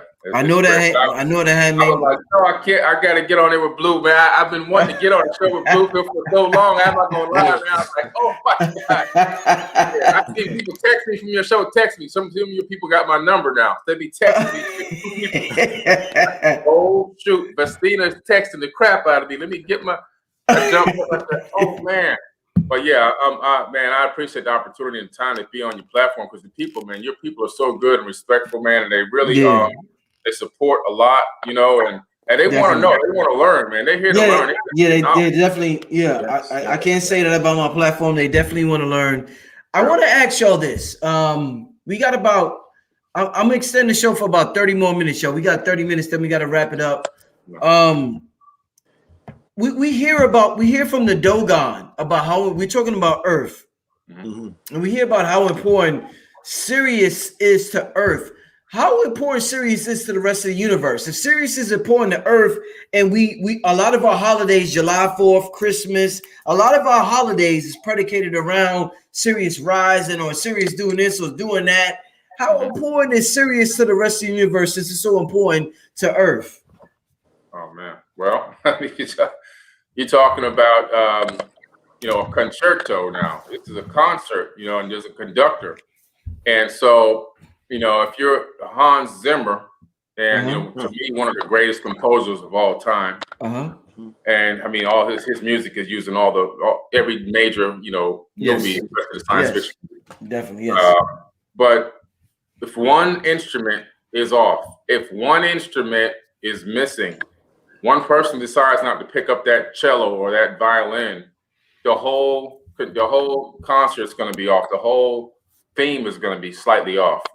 And so, again, this is as above, so below. Looking at it from that method or from that idea or ideology, you're thinking about Sirius is directly affecting Earth and a lot of the things that we do here because we have been given the understanding or the knowledge and the wisdom of those cycles of time in that trinary solar system. They have a trinary because they have 3 suns, A, B, and C, and they maneuver around each other in a specific way.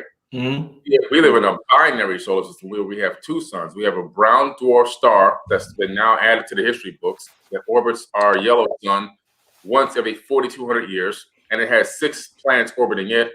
And so we have a binary, and then they have a trinary, and the gravitational fields are affecting in both ways. Now, what people don't realize is astronomy is, I'm going to use this for the understanding, because astronomy is when people will tell you if you're born on this day with this moon and this house and all this other kind of stuff, right? You have all these different effects. You're going to be this kind of person. You're going to think like this, and you're going to act like this, and you're going to work like this. And some people think that astrology. I meant to say astrology. I'm sorry, astrology. Or people think that astrology is like witchcraft or some fake thing. No. And the reason why I'm stopping here to go to this because I want people to understand how this Sirius directly affects the universe.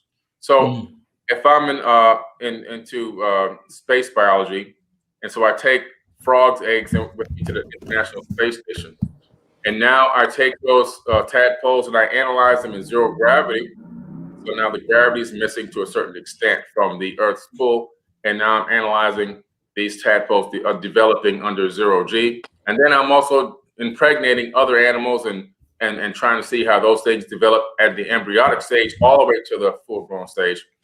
What I'm finding out as a scientist, or they're finding out as scientists, is that the amount of gravity, the location of planets, moons, and so forth, actually have a direct effect on the development of the embryo in the embryonic stages and in various stages of the growth process to becoming a full-grown adult.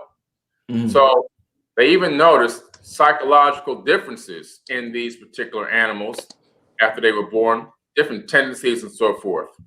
So now if you move that from the science laboratory into the real world, you're here now, your mother giving birth to you, and above you, you have Sirius A, B, and C in a particular position in the sky. You have the Pleiades in a particular position in the sky.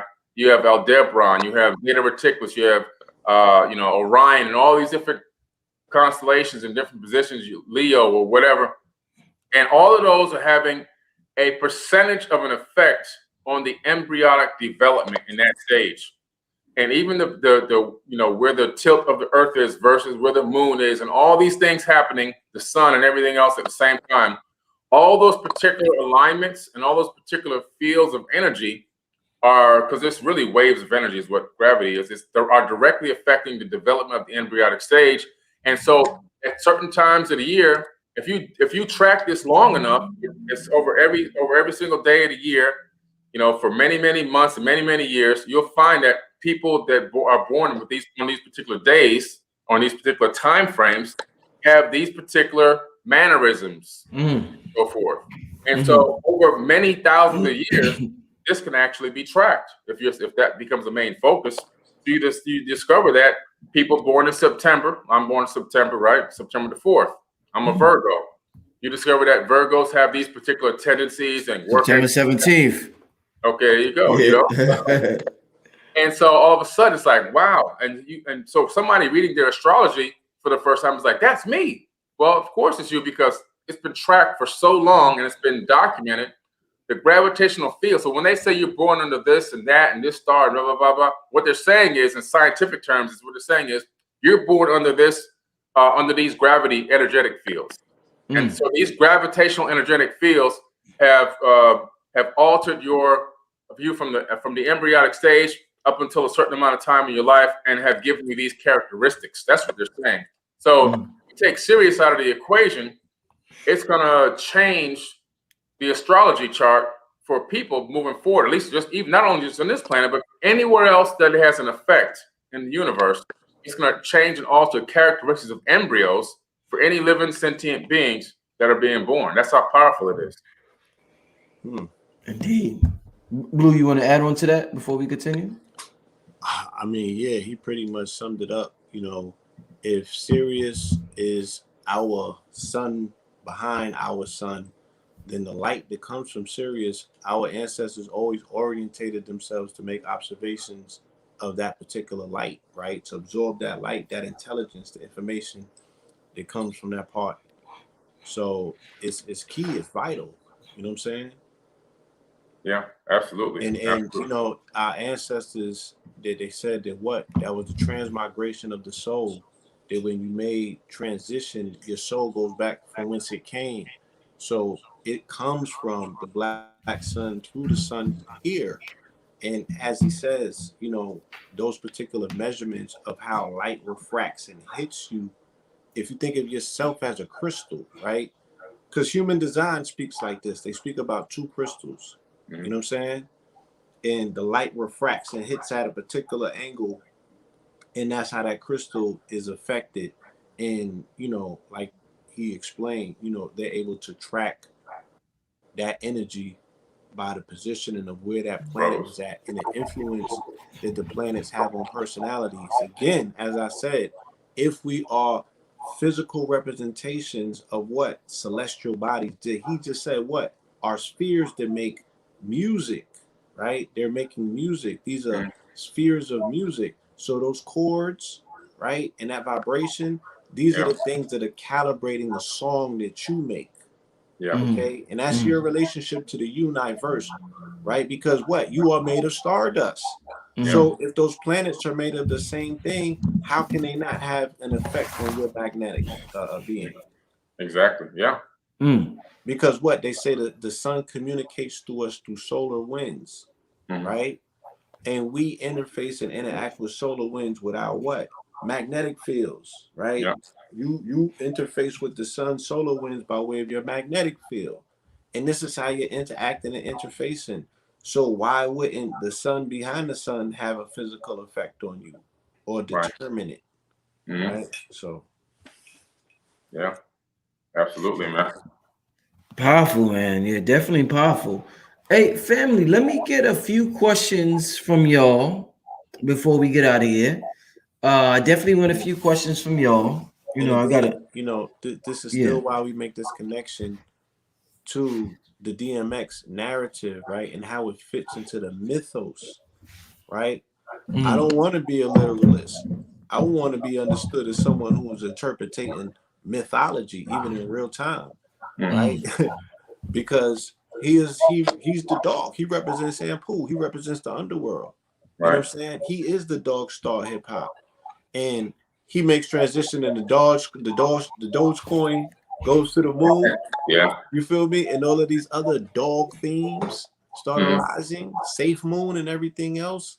So it's like, you know, and Sirius is active right now. It's visible in the skies. Yeah. And you know, so I'm like, look towards the dog days. It's gonna be an interesting summer. You know, to say the least. Yeah. Feel me? And you know, there's other things that we can look towards. You know, again, when we get into the gematria and we get into the numbers and just how the numerology played out, you know, this is somebody who they say is shifting, you know, these celestial waters up there. This brother made a big impact. You know what I'm saying? Yeah. And, we're seeing a lot of, you know, these icons, these rappers, these physical manifestations and representatives of eras and epochs make transition. You feel me? Yeah. Like, this is not a random occurrence. This is the mythos playing itself out beautifully, nonetheless. So, you know, my motto, everything is all good at all times, even in the face of opposition, because shit, somebody's happy about the outcome at any given time, at always. So just find where the frequency of everything being all good at all times is, and live in Right. it. You know, this is something I want to bring. Well, I didn't want to bring it up, but it's something I heard before. Somebody in the chat room said it's kind of out there for a person hearing it, and they'd be like, they're crazy. But they said bitch equals high priestess from the dog star. I mean, now, to average person hearing that, they're like, "Oh, you niggas done lost your mind." Talk. I broke this down. How do they come up with that conclusion? I've heard it before. How does bitch equals high priestess from the dog star? Because I broke this down several times on this program. That I said, what if Offset? Again, we going back to Offset. Because really, I was explaining to him that before Saturn was represented by Kronos, or considered the father of time, and Kemet, the narrative was Offset was Saturn, right? It was mother time, and Jupiter was Osar. That's the ancient narrative that proceeds the Greco-Roman narrative. Because she's the keeper of time by the fact that she has cycles. Yeah. Right? She has 28-day cycles for 13 moons. You understand? So she is the keeper of time. So that was just a misrepresentation of an ancient mythos. But when we go back a little bit further and we say what? That the dog star Osiris is represented by Osset. So if the dog star is a female dog and you call that definition a bitch, but the dog star is a female dog is also a set, and she is the exalted, then what? Then the queen is also what? A bitch. Bitch, yeah. Right. That's true, yeah. If you remove your emotions from it, that's what it is. Right. You know what I'm saying? So I said, what? Everything is all good at all times. Don't shoot the messenger. Right. That's incredible. Now, I haven't been familiar with that term. That's the first time I actually heard it, but I do know that, like, for example, when the term queen, the title that we give queen, that it really means it means the king's whore back in the day. So I mean, a lot of this stuff is basically what we're the intention that we're putting behind it. If we're saying in a respectful manner, and we're trying to respect somebody, but if you do go deep into the root of the name queen or the title queen, it really means the king's whore. Yeah. Even if you probably go deeper into the etymology of bitch, you can find a definition that probably precedes it, because they would do something like that to bastardize these terms and put and this is their version of put stops on particular words. We're gonna put a put stop on stops. If you study the stock market, like how you could say nigga was the put stop on their goose. Right. Nigga. You right. Go near that. Right. Exactly. Yeah. I'm gonna put a radioactive moat between you and the gold. Like how you gonna get to it? So these words of power and these concepts and what they represent, especially on an astrological term, is just like, our people can't even get into Offset because of the connotation that it has to a female dog and a bitch. But we use that word very freely. Hence the fact, like I said, the Snoop Dogg and DMX battle happened when? On the last day of Cancer, going into Leo. Right? So, they lionized the mother. You know what I'm saying? And you heard more bitches in that battle than you've ever heard bitch. Right. And a standalone, But that's the mother at the same time. So in their dark demiurgic way, they're doing their job. Let me explain it like this, y'all. Right? We are passing through the darkest rift that this universe has ever passed through. The ancients call it Hanu Kub, right? So when you're going through darkness, the glyphs and the deities of this particular time they're going to look somewhat deranged. They're gonna have tongues hanging out, fangs, they're gonna have blood, and all of that shit is demiurgic. It's dark man X, right? This is not the time for you're not going to see the pristine shit. We're going through a dark rift in the universe. So the emanation of what looks deified is also going to be affected by the darkness. But Blue, if the universe has been around for billions of years, yes, evolutionists, Darwinists, or whoever you want to call them, argue about it, billions of years. We in the darkest times now out of billions of years? No, This look, is the darkest? I'm talking about a part of the universe that we're traveling through. Is the dark rift, right? Okay. That article came out the other day and said what? They said we're traveling through remnants of an ancient exploded supernova. Right? What I'm telling you is the ancient the Olmecs, or what they call the Mayans, they got their information handed down from their mother civilization. Yeah. Right? They speak about this time period. Right? There's glyphs to show what this time period entails, right? This is the Kali Yuga. This is the Hanub Ku. You're going through a dark period. Doesn't mean that dark things are going to necessarily... See, we make these connotations. Just because I'm saying something is dark matter or black matter or, you know, black or dark, we automatically have or think a negative connotation. Yeah. And I'm saying, yo, Bobby Hemmett helped that understanding a long time ago for us, to the students of the occult, to understand, oh, it's just the hidden. It's the dark side of the moon. Don't make it bad. Right. Look, everything is all good at all times, right? I'm not scared of the dark. You feel me? Hey, Billy, I want to ask you real quick before we get to another question, because I asked this question of Blue earlier. You wasn't available, but I definitely want to hear your take on it. In terms, how can I say this? In terms of the ancient texts, I had a rap artist I was working with named Loaded Lux, a battle rapper, one of the biggest battle rappers out today, probably the most famous battle rapper out today, Loaded Lux. And in the song we did together, he said, "Soul over scrolls, the Lord's law was tainted." So when you, I know you've been to Egypt, you're studying the glyphs, you're studying the hieroglyphs.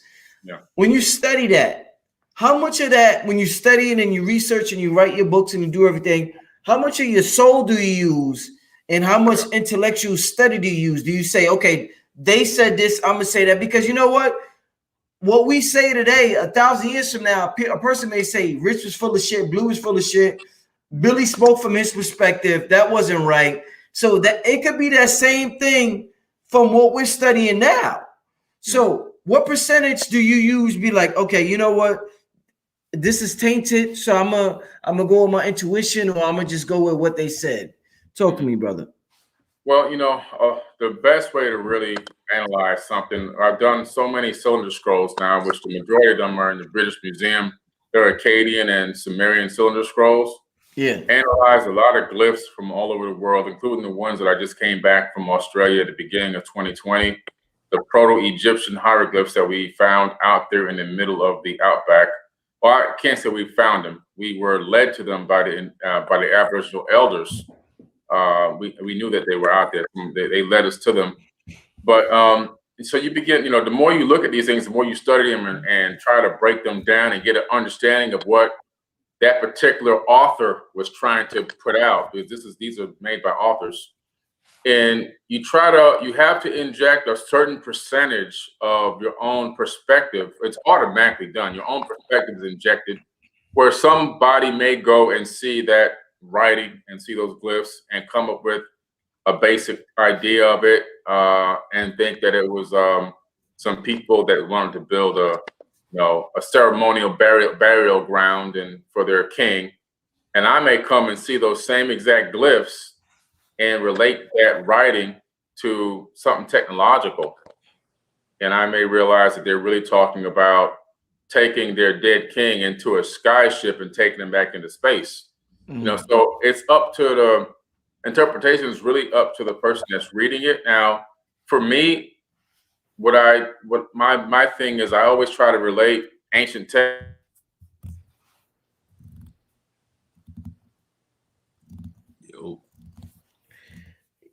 Yeah, Billy. Let's see if he come back. His feed got interrupted.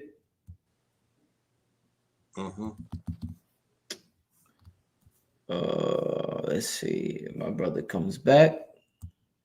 His feed is interrupted right now. I guess yeah, he got totally disconnected. He'll come back on. In the meantime, Blue, let's answer a question from the people. Well, let's see if he come back on. In the meantime, let me see about a question from the people. My brother Blue Pill. Someone's going in. Yeah, definitely, man.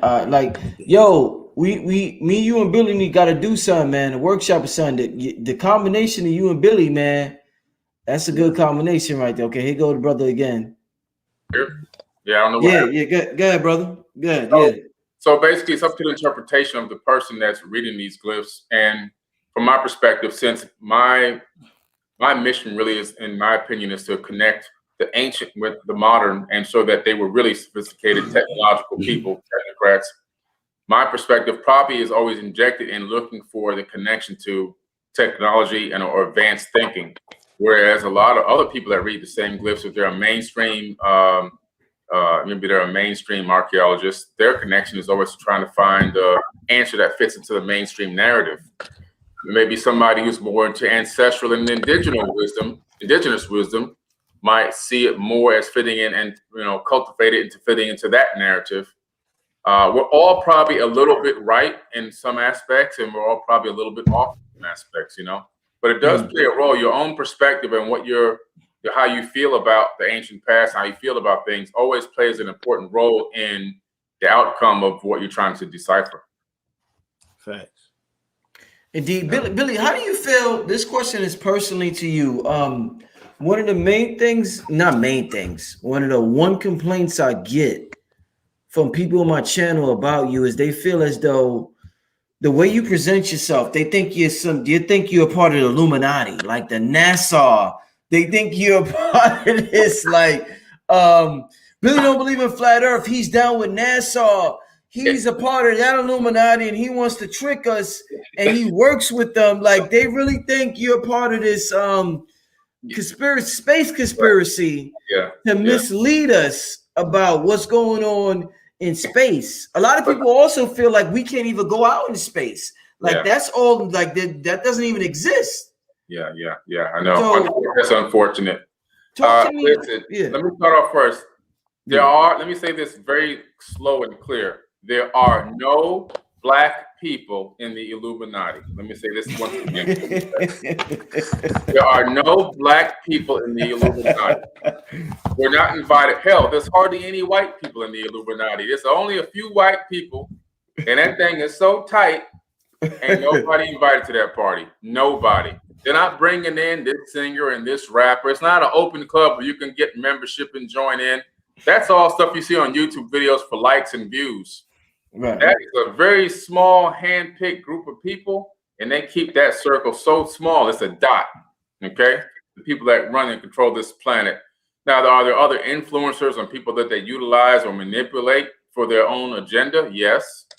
But those people, in most cases, are completely even unaware that they're being used and manipulated a lot of the times. So very rarely do they even have the awakening, oh, wow, I've just been pimped, but yeah, there's no Black people and there's no cloned rappers. I'm sorry. There's no such thing as a cloned rapper. Nobody's out here cloning rappers. Gucci Mane is a real person that's not cloned. I bought a piece of land directly across the street from his house. He's actually a real person. He's alive over here in Florida.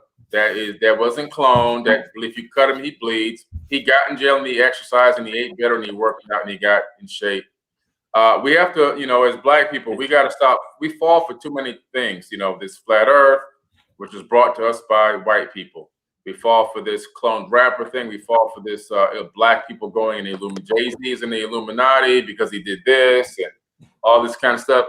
For whatever reason, not all Black people, because we're getting a lot better, but Black people, we are. But I tell one of my daughters, I have a daughter named, she's blonde. She's a natural Black blonde. And I always tease her because she's fickle-headed. And I tell her, I said, Bobby, you're so fickle here, like you're like a real blonde out here. You know, no, this is true. And so black people, because of our wanting to believe and wanting to be entrusting so much, and really black people are thinking of the nicest people on the planet. And because of that, we fall for a lot of okie doke all the time. As soon as somebody brings something to us, man, if it just feels good to us, we run with it. And we'll run with it for hundreds of years, thousands of years, we'll run with it. And so it's something that we got to be a lot better at, because although we'll take information and run with it, we're some of the more forced researchers in the world. We take information, and the evidence of this is how the church has really blossomed under black patronage, right? So the pastor gets up there and he spits all these falsehoods and half-truths, and black people, we run with it. Even though their great-grandfather was just castrated, burned at the stake, whipped and beat. Their grandmothers were wenches and were raped and torn in half by horses, one string here, one string there. And then you think somebody's going to give you this religion to empower you? No, they give it to you to imprison you even deeper. And we run with it. And every time we get a music award, we get some type of accolade. It was God, it was Jesus. You know, we're still going to that handed down European white God that was given to us, and then we try to rationalize and say, well, no, well, in the Bible they were all black. Okay, well, let's analyze some of that then. If you really want to believe the people in the Bible were black, they enslaved each other, they enslaved other civilizations in the Bible, and they were torturous, murdering, killing, raping people. Read the book of Deuteronomy. Raping and killing each other. It says in the book of Deuteronomy, if you see a woman crossing through the field, you like her, you can rape her, and if you decide after you rape her, you can go ahead and make her your wife. That's in the book of Deuteronomy. So now all of a sudden, so you want to stick up and say, oh, we were all black in there. Okay, well, let's analyze this then. You want to be them people? Is that what you want to be? So we have to stop running away with all these crazy ideas. I could send you, Brother Rich, I could say, you go 3 miles down this road with this 3-foot stick and put it in the ground at 12 o'clock noon exactly. And I'm going to put mine in the ground where I'm located at 12 o'clock noon at the exact same time. Boom. And I'm going to call you on the phone and say, take a picture right now with your cell phone of the angle of the shadow 3 miles away. I'm going to take a picture of the angle of the shadow where I'm at right now at this exact moment. Then I can take those angled shadows off that stick, and I can measure the actual angle. And then once I get the angle, all I have to do is sit on a regular piece of paper or a computer, and I can calculate the circumference of the entire planet based off the arc of the 3-mile distance in the shadow of the stick. It's so easy to calculate these things. You don't have to be a genius. I can teach this to a kid in junior high school, basic mathematics and geometry. So we have to stop running away with all these crazy ideas on things without doing any research for ourselves. The problem that we have as a people is we take information that somebody hands to us, and we don't say, oh, let me write this down, and let me go really break this down and find out about this. Not a Google search, not a Wikipedia search. How deep do you go in your research? Sometimes I got this big desk that I have here. Sometimes I have 50 books out on this desk looking for the information for one thing, and that might take 2 or 3 days. This thing is, oh, I just Googled it, and it's this, it's that. Or these people put a video on YouTube, and so that's now my new religion. Now I'm joining this cult because this is on YouTube, and these YouTube people said it's like this, so this is the way it is. And so that's a problem that we have. We run away. We take information from people. They give us this stuff, and they hoodwink us, and they trick us, and we run with it. And nobody sits back and says, you know what? I gotta really break. Let me. I'm basing my eternity on this book called the Bible, or this book called the Quran. Let me analyze this. Let me break this down. What was the language before this, and how did that get translated? Oh, really? Oh, okay. So Hebrew and Aramaic, and okay. Let me break that down further. Where did this information come from? Who wrote this? Because people who believe in Christianity, for example, they believe that the Bible was written in real time. Like it was somebody standing there going, what did he say again? Boo, boo, boo, boo. No, man. Listen, the Bible was written so long after those people were dead and gone by people who weren't even Christians. The Bible was by Phoenicians, followers of Hermes. And the Bible was from 100 AD to 900 AD.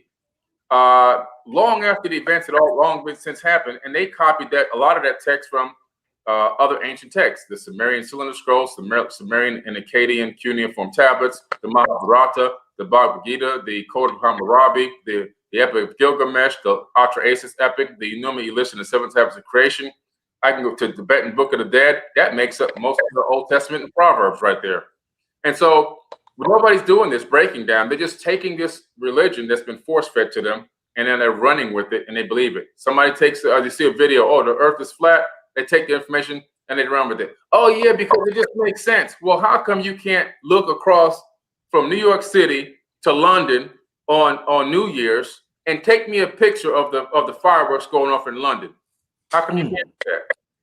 How come no matter how high you build the highest building on this planet, you can't take a picture of somebody on the other side of the planet or a building as high on the other side? You can't see the Burj Khalifa from where you are. How come you can't do that?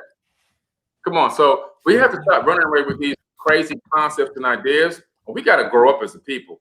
I mean, we really got to grow up. We have a lot of growing up to do. We're getting there because it's getting a lot better. People are really starting to do more research and become better at it. But we got to stop taking these handed down ideologies, Illuminati. I remember I had a shirt on one time which had the symbol for vortex mathematics, which is, Nikola Tesla type, mathematics and stuff like that. And one of my followers made it for me, and I was on a video, and people started commenting when I posted it. Look at his shirt. He's a Freemason. Half of these people don't even know what a Freemason actually even is. If you sit down and say, break down, what is a Freemason? Tell me what it is right now. They can't even. They're just throwing things out there.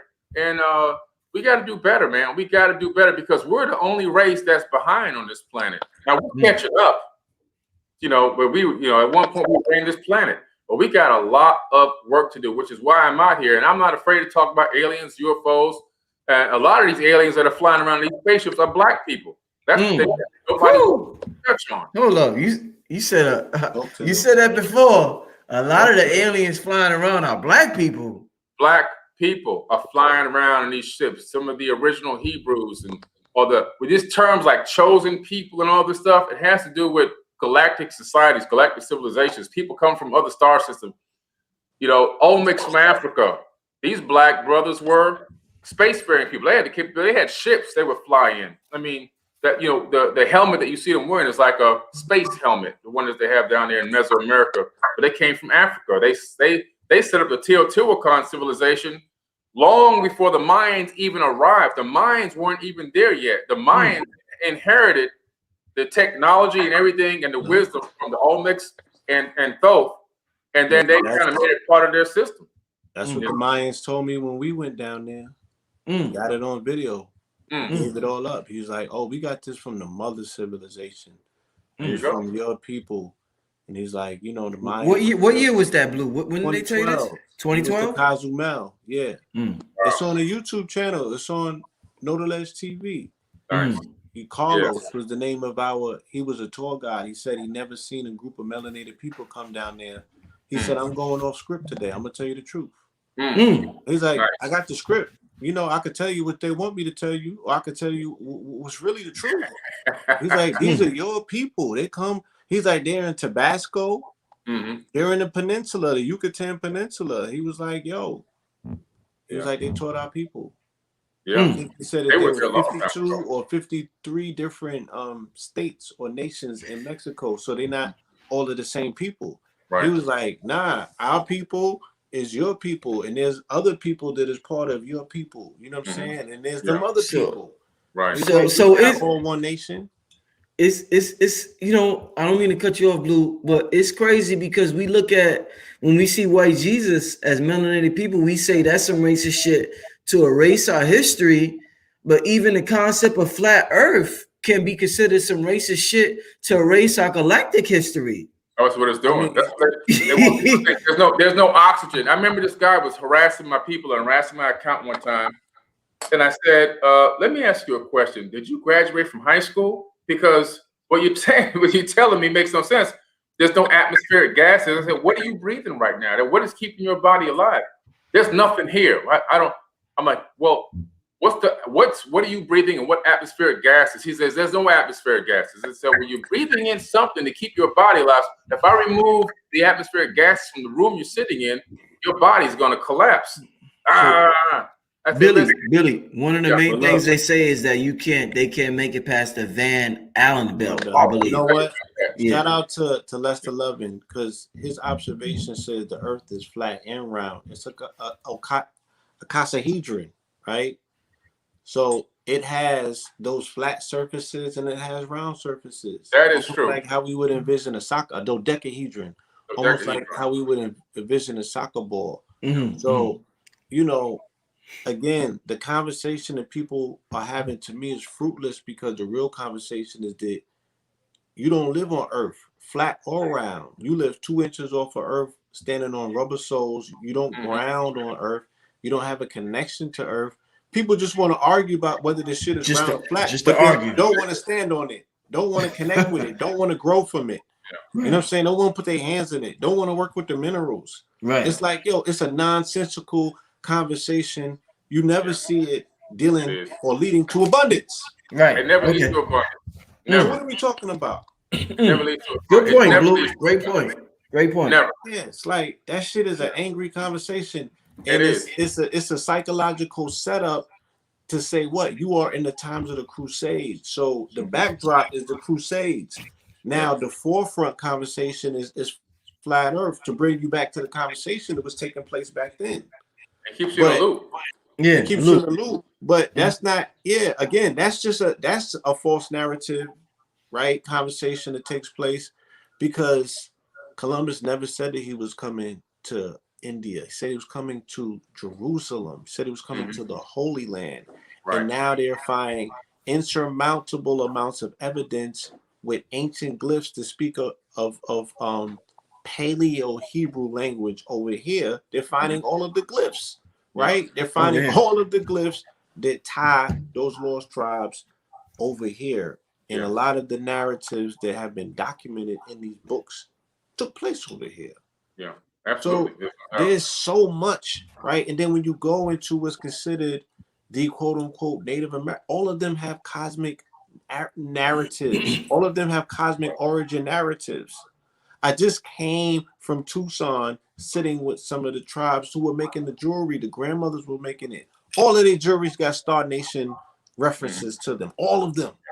These are the nanas. They 90 plus. These people came over here and exterminated Star Nation people. In their program. They didn't kill no regular folk.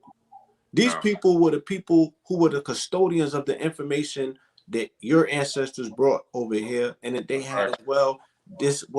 Earth is a consortium of nations from different star nations. This is the meeting spot, right? Earth is a consortium of nations from different star nations. That's right. That's right. Wow. We find those what he's talking about, what Blue Pill's talking about, is spot on, because what he's talking about is we keep finding these ancient religious centers all throughout the Americas.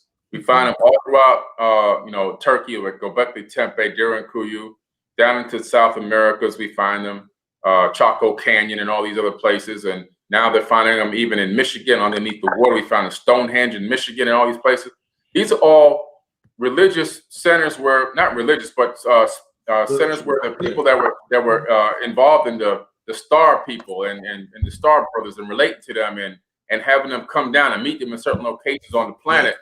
These are the locations that they were set up all around the United States, all around South America, all around the world.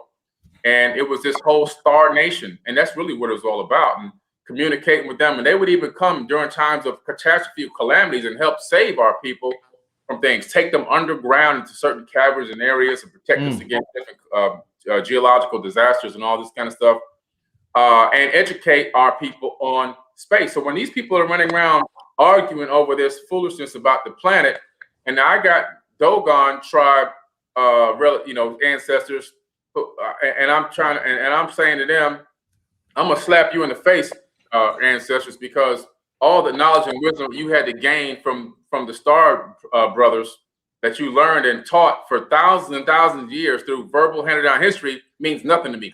Means nothing to me. People say to their ancestors. Wow. Yeah, they got you inadvertently spitting in the face of your ancestors. Woo. Right. Woo. I'm gonna leave it at that. Yeah. Powerful. Oh man, it's getting later, but we kicked it up a notch. So it's like it's hard for me to end it because it's like we just kicked it up another notch. Let me see. We got to do this again, Billy. Yeah, we definitely got to do this again. Let me get a question. One more question from the people.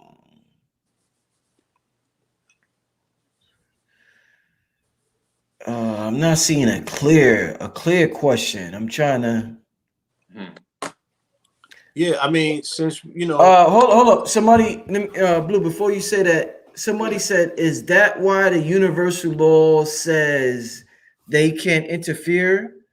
Melanated people flying around, but can't help us down here. If they could, game over." So I guess the person is saying.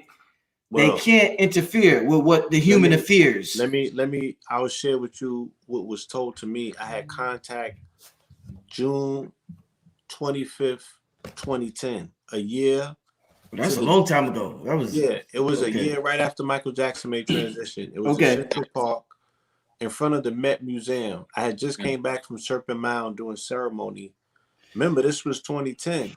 We went to Serpent Mound to do ceremony based on the fact that we knew that Drake coming in as an artist was bringing in Draco energy as a Scorpion. He's Typhonian. I was like, yo, we got to do something, at least to signal to the universe that we see what's taking place, right? And his connection to what? To Kanye. Kanye is Ursa Minor. He would be the pole star represented now. These individuals are not stars. They're constellations because they got a bunch of other stars under their umbrella.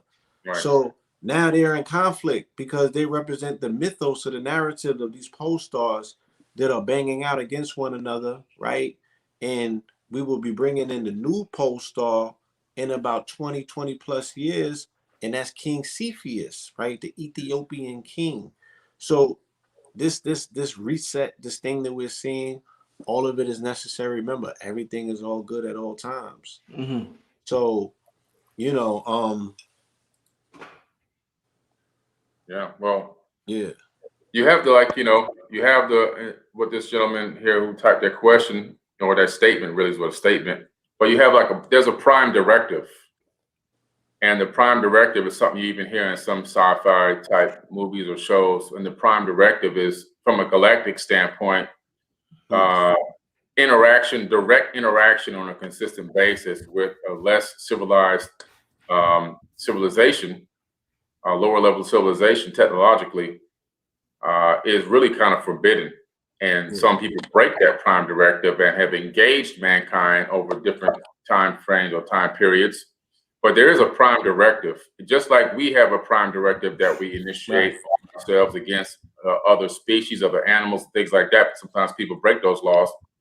And so people can't seem to reconcile between what's happening to us from beings from another place interacting or engaging us or watching us versus what we do to animals on our own planet. So this is another as above, so below in the physical. You look at what we do. We'll go out to the Serengeti. We'll go out to the Amazon. We'll go out to any nature place, right? Nature preserve. And we will hide unseen. We'll put these things actually called hides around us so we can't be seen by the animals. And then we'll actually alien abduct these animals. We'll shoot them with darts, and then we'll snatch them up when they're unconscious, so they don't even know where they went. We'll examine them. We'll stick things underneath their skin to track them. We'll chip them, put cameras in their dens, all that kind of stuff, and then we'll watch and observe them and get the anthropology on them, figure out how they live and how their civilizations operate, how they interact with each other and all this kind of stuff. That's what's happening to human beings. That's a wonderful analogy. Great analogy. Great analogy. What happened, you know, on that day, they show up. I'm in this energy field now, right? Wow. I'm in this energy field, I'm being downloaded, and they're telling me, look, if we intercede, because they said, look, there's a traffic jam in the galaxy because of your people's inability to stand up and be who you know that you are, who you say that you traffic are, jam. you know you to be. You got an issue down here that needs to be dealt with, and your failure to do so has stopped the planets, the galaxy, from bumping itself up. Like Delbert Blair be like, you going graduating from the 4th to the 5th.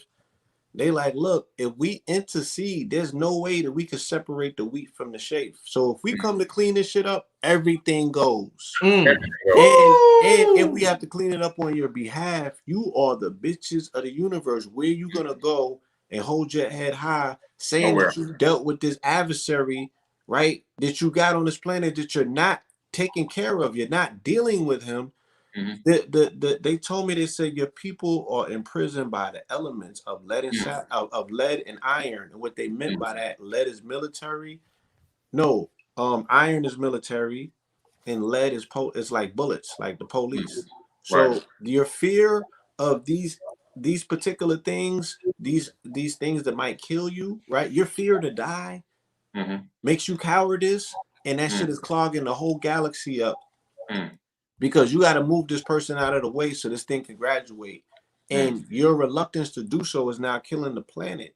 And there's going to be only but so much that they're willing, because they're watchers. They're looking at it.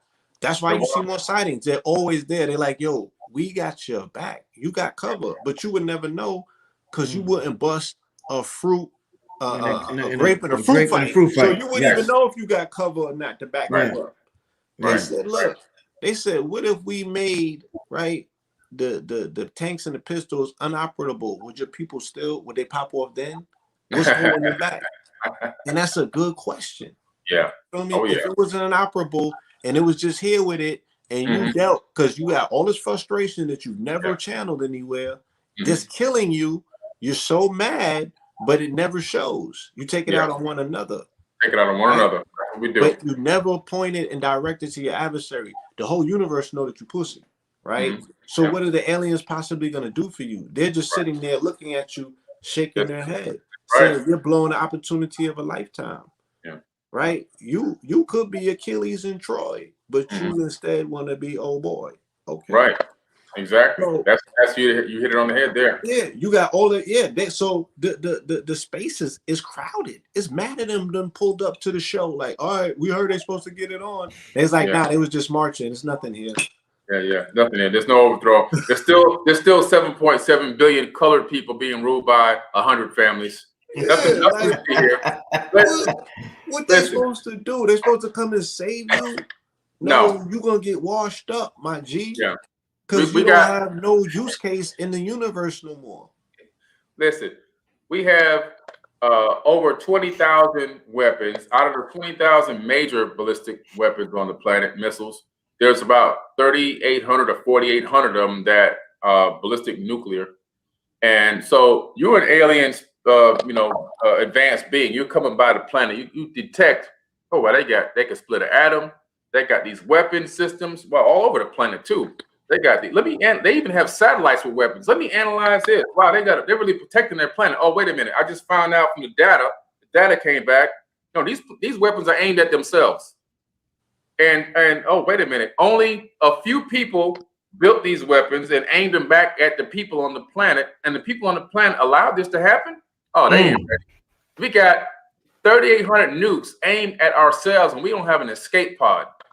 And we out here worried about voting and all this other kind of stuff. The weapons are pointed at us everywhere on the planet. And we're sitting here participating in their system over and over. Oh, no, it's going to get better with this guy, the lesser of the two evils and all that. The weapons, when these weapons if somebody decides to actually finally put the codes in, they're going to be alive because they got the escape pods, they got the underground shelters. We're going to be the ones, the people of the planet, and most of all the colored people around this entire globe of all the various colors are going to be the ones that get wiped out. And they're going to come back and reestablish a brand new kingdom. And they're showing you, right, all them TV shows are showing you that right now. What? They're showing you that the surface is going to be inhabitable because of radiation based on what? Nuclear fallout based on what? Them creating false narratives and beefs and then getting in a bunker and pushing triggers and pressing buttons. You think that they got issues with one another, and they like, nah, it's part of the narrative. We told you we wasn't gonna give it back. Right. They like, you niggas need to read your Bibles more. Yeah. They grew together. They work together. Just like we have this illusion that America and Russia are at war and we're going to kill each other. Man, America and Russia are the best of friends. Or we got the illusion that Trump is our best friend. That Trump was, you know, like, I mean, I don't know how he tricked the people. Listen to the level of trust that is entrusted with the fact that you have conjoined another country to go to space with them. Right. Thank you. To space. Thank you. Thank you. And been doing that. To space, right? You are in partnership with y'all are both sharing space together and doing business up there, right? Collectively, but you got problems. Yep. Come on now. It's fake. It's all fake. And like the Illuminati Secret Covenant says, when you read that letter that was sent to that radio host back in 2002, somebody who wanted to get out of the Illuminati, they sent this letter anonymously to this radio host. And the radio host put this information out. So it's publicly available. Anybody can pull this down, download it. You can even go to YouTube if you want to and see somebody reading it. But it's documented this guy got. He actually had this a reporter. I forgot the reporter's name, but you could find out who it was. But anyway, in that report, in that statement, it said one of the things that they said was the illusion will be so great it will escape their perception. The illusion will be so great that it will escape their perception. And so we thinking, oh man, look, we're enemies with this flag and we're against this flag and this flag don't like us and all. Man, the leaders of all these majority, not all of them, but the majority of these countries, they working together. They be having tea together and hanging out, playing golf and going over each other's houses and attending each other's little special events. These people love one another. They in bed because they're getting that money together and they just paint these illusions. Okay, this year you're gonna be the bad guy and we're gonna project this. I mean, and if it was never visible, it was visible during COVID. Right? They operated as a global unit overnight. Yes. The vaccine overnight. The vaccine program. How do they have agencies and they got relationships with they brought everybody to the table to say, oh, simultaneously you're gonna shut down and you're all gonna take this together, and nobody said no. No, that's right. That's right. Well, the African leader that said no mysteriously got killed. He's gone. He's gone. What? Right? That was Tanzania? Yeah. Okay. Right? They hit him with a heart attack gun. He gone. Yes. Yeah, he's so gone. who's in control here? What disunity? What beef? No, there has to be an overlord that's calling the shots, because these people fall a step quick. And let's change the topic. That's what I got suspended for on YouTube. So we're gonna save this talk whenever we got webinars, and there's a lot of webinars. Billy got webinars, Blue, myself. That type of talk is saved for the webinars, but it's just the type of times we live on. I just came off suspension, y'all, from YouTube, so y'all know what it is. Let me answer the Van Allen radiation belt real quick. Yeah, please do. Yeah. Then we're gonna get out of here. The Van Allen radiation belt is a radiation belt that is around the planet. Now, a lot of people always say, well, how in the world can we go into space if there's a radiation belt up there that Van Allen discovered? Because Van Allen was an actual person. This doesn't have the capability of letting me share my screen, does it? This is you could share a screen. What it says? It says share screen. Let me just click it and see what happens. Okay. Can you see my screen or? No, I don't know why I can't. Okay, I see it now. Okay, here we go. All right, go ahead, Billy. Oh, you see my screen? Okay, great. Yes, go ahead. This is the article that I wrote that became famous. It's called "Yes, We Went to the Moon, and Yes, We Lied About It." Let me start off with a couple of conspiracies. I want to break some of these conspiracies down, including the Van Allen radiation belt. First of all, you see this image here? Yes. Okay, this is the image of the Apollo 11 guys here that was put out, and it's still floating around the internet right now. It's still viral. that how they got their helmets off when they're supposed to be on the moon, blah, blah, blah, blah, blah. It didn't happen. Okay, now you have to realize the images that we sent back from the moon, some of them were real, some of them were fake. Because why? Because they're getting technology. In the back image here, you can see this is the original image that had been turned to gray, and so this is where they're practicing. If you look at the top of the image, you can see their building back there, the facility in Florida. They're out here practicing for the moon stuff, the moon walk and the moon buggy and everything else. Somebody took and cropped out the buildings in the back at the top here and turned it gray and put some fake craters on the ground and said that these people were on a movie set. No, they weren't on a movie set. They were in back of their normal facility practicing with their moon buggy, okay? Let's go through this real quick. The Van Allen radiation belt. Well, this particular video, we don't have time to show that, but let me just go to the static image. So the Van Allen radiation belt, primarily, it whips around through Earth's magnetic fields, okay? This is the exact, can you see these red arrows coming up out of the Earth? Those arrows are the path that the Apollo mission took to escape the Van Allen radiation belt. They discovered that the belt is stronger on both sides of the planet based off the planet's angle of angular momentum and its actual axis, depending on the time of the year, the time of the season. And they found that the magnetic fields whip around in a certain way that create massive openings in the belt. So initially, Van Allen did discover the belt from one of the Mercury missions, because we sent up satellites before we sent up Apollo. The satellites detected this radiation up there. It came back to NASA with the concerns that this could be an issue. NASA said, wow, we need to check into this. So they did check into this, and it's well documented that it was checked into. All the science data, everything is available to everyone. Ignorance is no excuse. They found out that the belts are there, but that there are these gigantic openings in the belts because of the Earth's magnetic field and how it whips around. And as how the Earth spins on its axis, it creates something called bow shock, which bends radiation around the planet. And so since it bends it as it's moving around the sun and it spins on its axis, there's massive openings that they detected with actual science data and satellites. And once they found the openings, they said, oh, we just map a path, a trajectory of launch through these openings. They also found out something else during these satellite tests.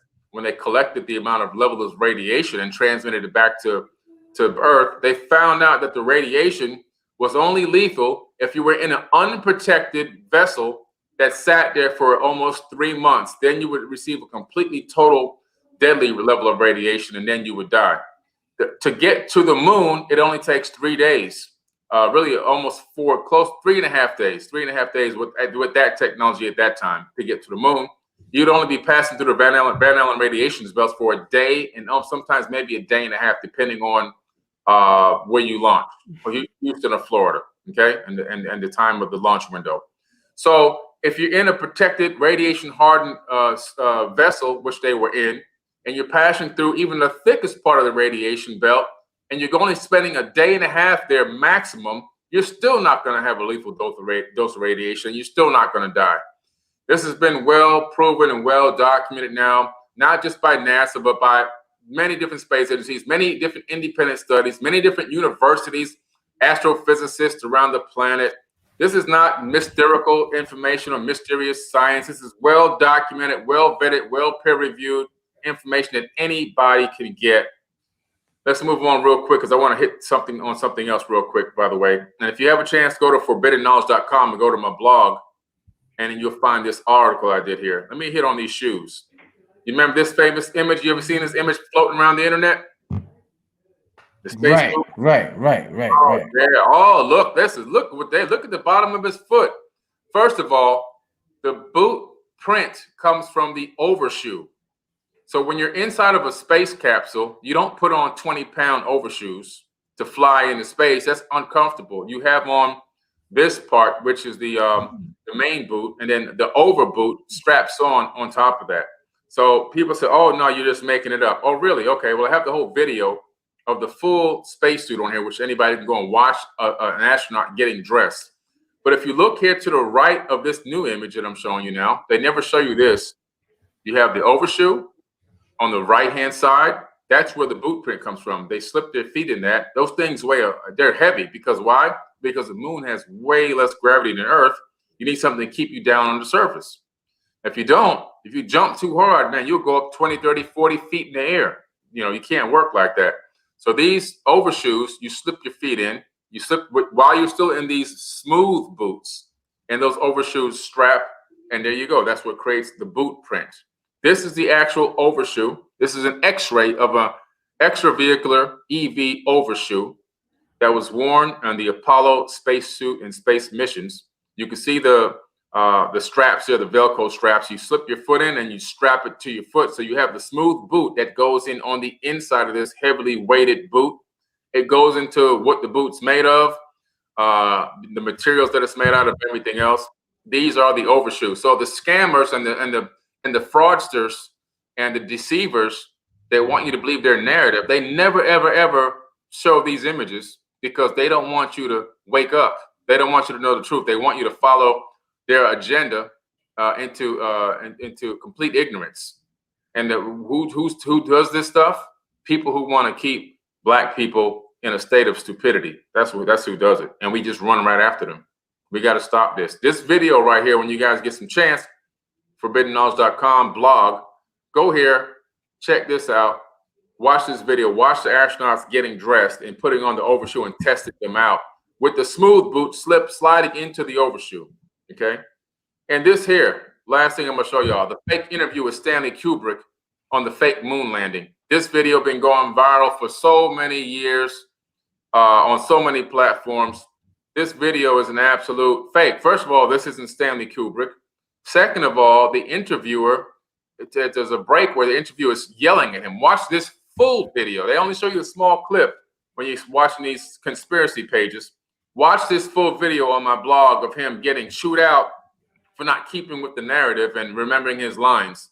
Watch the interviewer curse him out in this video for getting off track. This is not Stanley Kubrick, and it's not what people think. This is a scripted enactment that was being made, and somebody recorded it, and they put it out as if this was Stanley Kubrick saying this was the whole moon landing was fake. Not so true. Now, why did I name the blog We Went to the Moon? Yes, we went to the moon, and yes, we lied about it because yes, we did go to the moon. Because when we sent up several satellites that did a low lunar orbit, we discovered that there was remnants of an advanced civilization up there. And we wanted to go up there and be the people to get the moon race between us and other countries was to who can get their hands on that technology first, who can analyze it, bring it back, and see what the heck this is, and how can we, of course, weaponize it, because it was all about, everything is always with them about how can you weaponize something, how can you make, turn it into weapons so you can make the war machine run better. He sent Apollo as a reconnaissance mission to grab some of these items. That's where we landed in a particular location. The Sea of Tranquility is where we landed. We landed there. There's a lot of debris there, just laying around, scattered on the surface. They were collecting that debris and bringing it back. At the same time, they don't want us to see the stuff that's up there. So they gave us a point of view of some real live moonscapes, and some was fabricated moonscapes that they created themselves to give a fake presentation as to what's really going on up there. It's just this barren landscape. There's nothing on the moon. But that's actually not true. There's water on the moon, liquid water, well documented now. This is actually mainstream science. They found billions of tons of liquid water on the moon. This is why they call the area that they were in the Sea of Tranquility. Moon has an actual slight atmosphere, not a thick atmosphere, but it has an atmosphere because it has enough gravity to sustain an atmosphere. It has even a weather cycle on the moon, it has clouds. This is also well documented. So it's a lot of stuff that we just don't know because we don't dig deep into the research. This article, which is probably going to take you about 40 or 50 minutes to go through all these videos and all these writings, will wake you all the way up and help you overcome this Van Allen radiation belt thing and only Black people can travel in space. Not true. Again, that's something I keep hearing pop up. No, other beings of other different melanin levels can still travel in space. It's all about what technology you have to get into space. It has nothing, and your knowledge of what's going on out there and how to navigate. It has nothing to do with the color of your skin. But I will tell you this: if you look at a couple of videos, even on this blog, you'll find that Norman Berggren, who was a huge physicist and scientist and ran one of the largest programs that provided top secret technology to the space agencies. He said that he saw, when we landed on the moon and he was at the command station, he saw black people across the crater getting out of a ship and watching our people land and walk on the moon. Yeah, I see it. Yeah. Wow. I heard about that. Oh, yeah. We also have the black box tapes from the Apollo mission where you actually hear Buzz say, they've landed and they're watching us. And after he said that is when they cut the live stream from the Apollo mission. They cut the live stream. And after he said that, they cut the live audio. And so, but he said it, and that's recorded for posterity. We got it. It's there. So, guys, yes, we went to the moon. Yes, we lied about it. Read this blog. It'll wake you up to a lot of these fraudulent scams that have been getting passed around and going viral online. Got black people thinking all this crazy stuff. We just got to do better research, people. We got to become better at really digging for truths and stop taking what somebody tells us for face value. Because if you're going to do that, you might as well just stay in religion. You got to wake up. We got to come to the next level now. All these ideologies that are being passed down to us, and we're running with it and becoming aggressive with them. Like Blue Pill said, is this going to lead to abundance? If it don't lead to abundance, I don't want nothing to do with it. Period. That's all I care about right now. We got about 10 minutes left, family. I seen Mr. G Dub. If you have a question, I'm gonna think you're a troll. You keep criticizing. If I want you to give me a question to ask Billy, and I'm gonna ask Billy because obviously he disagrees with what you're saying, Billy. Mr. G Dub 74, give me a question to ask Billy, and I will ask him. Since you don't believe none of this moon stuff or space travel stuff, give me an educated question. I will ask Billy. If you're just in the chat criticizing and you're putting up post after post, I'm gonna think you're a troll. Besides that, we got about 10 minutes left, family. One question I want to throw at you, Billy. Somebody says, why didn't we go back there? If you say all this exists, why didn't we go back there, Billy? Oh, they've been back. They've been back many times. You see, and that's even documented as well. Apollo wasn't the last time. Apollo 11 was not the last time we landed on the moon. I think it was Apollo 15 may have been the last time. Apollo 15 or 16 may have been the last time we actually physically landed on the moon. Again, that's way after Apollo 11. Many missions to the moon happened. Many different astronauts went to the moon. Now, after that phase of, I think, 17 was a failure or didn't happen for whatever reason. I think it was a fire in the capsule on the launch pad, if I remember correctly. But however, anyway. Hey, Billy, real quick. I'm sorry to cut you off. The dude has a question. I'm sorry to cut you off. I know we got a limited time. It's 1:16. I mean, he says, after all that you said, Mr. G Dub, you said a lot. The question you came up with, this is the question you came up with.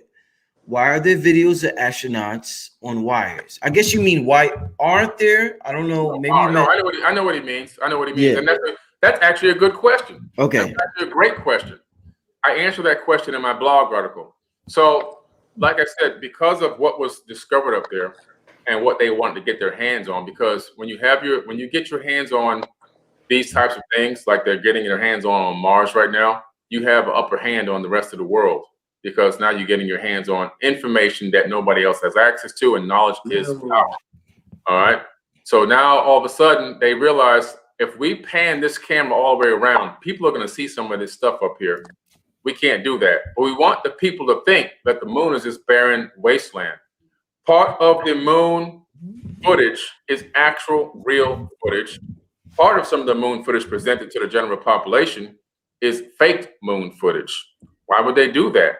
Well, if I know that there's a structure over here behind me, dilapidated, broken down structure, if I know that there's remnants of pieces of junk over here, you're going to say, who is that? Who put that there? How did that get there? China made a big mistake. Look up the China rover images, moon rover. China sent a rover to the moon, and they didn't block any of their images coming back. And their rover got stuck in a whole bunch of piled up debris on the moon. Not rocks, but pieces of debris that look like metal and all kind of other stuff. And they got trapped in it, actually. And they broadcasted those images back, and those images are available for anyone to download. There's debris up there. Things that should not be up there are up there. At the time, they've said, we don't want nobody to know about this. Let's make them think it's just barren wasteland. It's just there's nothing but sand up here, moon dust, and then sky. That's all we got. Meanwhile, they keep going back under the guise of research, but it's really a mission to gather intel and gather information. Then they left a satellite array up there, a dish array up there on the moon. Now, why would they leave a dish array on the moon, and why do they transmit on a monthly or sometimes even a weekly basis information through a laser beam from Earth to those dishes? It's a communication beam. Who are they communicating with?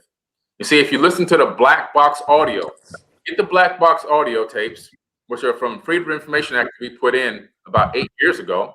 You can listen to those on this that same blog.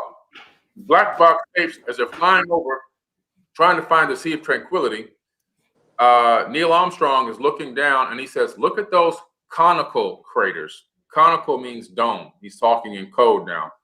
He says, oh my God, I bet the people down there never get out. That is black box audio and the black box redacted paperwork that you can download directly from the FBI.gov. You download it from the Space Agency website directly. And we provide the links. It's publicly available information. Nobody ever questions it because nobody ever looks for it. Nobody even knows it exists, but it does exist. I've been in several documentaries talking about this. So they projected to the world a fake image of the moon so that they can continue to keep going back. And now we have the X-33B space shuttle. Yes, we still have space shuttle guys that still launch on a consistent basis from Earth, from America. And it's called the X-33B. They actually announce when they're going to launch because they have to, because they're going into space. You have airspace needs to be classified, so people can't travel over that area. It's restricted, so people can't travel while this thing is launching. Well, the X-33B, it goes into space. It's a cargo ship, and it goes into space for 700 days at a time. Where's it going? It's taking supplies to the moon and Mars, potentially, in my opinion.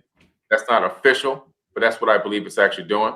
It goes away for 700 plus days at a time, and then it comes back. We know when it takes off. We know when it lands. Where it goes, it's top secret, but it goes into space. So there's a lot going on that we are, as people of poor research and low levels of access to information. Because of that, and also emotions. When the emotions get twisted into all that lack of information, we actually come up with our own personal agendas and own personal ideologies. In reality, we have to remove emotion. So many people respond to information and new knowledge and alternative information with emotion first.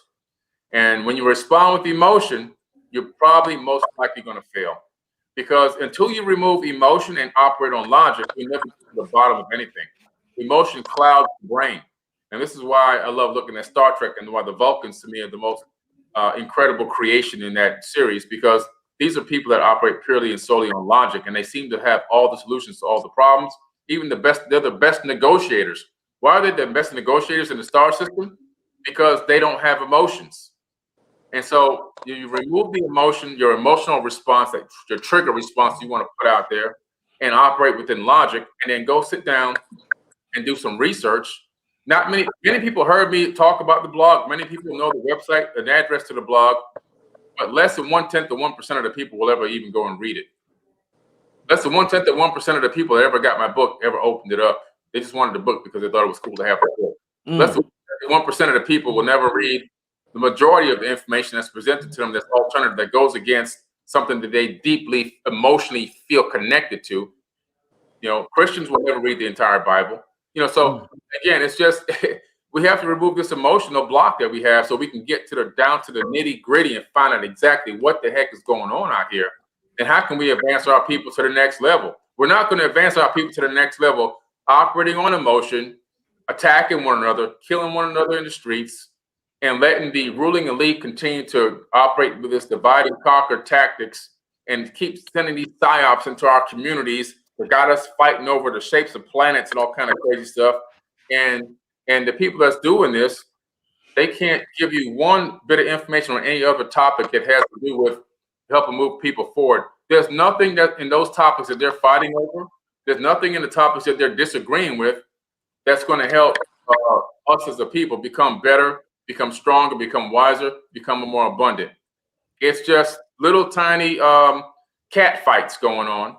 And to me, it's the most ridiculous thing I've ever seen. We gotta really come together, and we gotta wake up. Unity and waking up and becoming real deep researchers, removing the emotion, operating on logic, and stop killing ourselves in the streets is the only way we're gonna get to the next level. Man, oh man, such a powerful. Well, how long I've been on? Yo, we've been on here for 3 hours. We've been on here. Billy came in the last hour, man. He was swinging. Billy been swinging the last hour. Yeah, man, I've been on here for 3 hours, family. I've been on here in a week. It feels good to be back on the air. That's right. Before we and I thank everybody for their comments, for their questions, for everything, just for their participation in tonight's show. Before we get out of here, I want to leave Blue Pill and Billy Carson. They have a lot of things coming up, and they also have websites and things. If you're interested in getting some of their products, they have magnificent products. So I want to give them an opportunity to share that with you. So let's start out with Blue Pill, and Billy, you can close it out, my brother. All right. Yes, indeed. Family, you can tap in goldwater.com, GOLDEWATER. We have a consortium of products over there. And this is the right time of season, you know what I'm saying, to prioritize your health. You know what the conversation is going on outside, so you have to take responsibility. You have to build your immunity. You have to take matters into your own hand, right? This war is over your body. So you got to stand on those principles and take care of yourself. And we do have, products that are available for that. Shout out to my brother Al-Kibalan. We still have an impending release on a major book that's coming forth called Convos with the Cosmos. All right. And we'll be coming on shortly to update you about the nature of that release. Okay. All right. To family in Atlanta area, I will be at a venue called Alter Candy on Sunday, April 25th. And ironically, that's going to be in April 25th of 2010, we did an event in Atlanta called Fear of the Black Planet with Professor Griff, Noble Land Pool. AA was supposed to be on that particular bill, but he didn't make it. I think that Ghetto Shaman was with us for that, and me and Red. So that was a monumental event. So we're going to be doing another event that's inclusive of Professor Griff. We have a few other presenters, performers, and vendors at Alter Candy. That's going to be in the west end of Atlanta. You can go to the link in my bio, or you can go to altercandy.eventbrite, tap into that. It's going to be a dope event here in Atlanta on the 25th. On Sunday, I'll be bringing the treasures that I got from the desert out. So you want to be in the building to see these monumental specimens and pieces that I got from Mama Earth. All right. Beautiful. Well, you can go to forbiddenknowledge.com with the number 4. Of course, I have Forbidden Knowledge TV. And so Forbidden Knowledge TV is doing phenomenal. We just had our 1-year anniversary. Thank you, man. Thank you. It's been a great year. A lot of supporters, man. A lot of people joined the network. The network is blossoming, doing phenomenal numbers. And we gave away a free car. So, we gave away a few things. The first 6 months, I gave away a free Macintosh computer every single month to one of the subscribers. A random drawing, whoever's a subscriber, free computer. And last 2 weeks ago, we gave away a free car. So that was something I was promoting for about almost 4 or 5 months. Bought a car cash, videotaped myself buying the car, bringing it down here, getting it to the house and everything. And we had the person that won for the first one, I wanted to be very special. We flew the young lady in from Atlanta down here, picked her up in the Rolls Royce, gave her the first class treatment.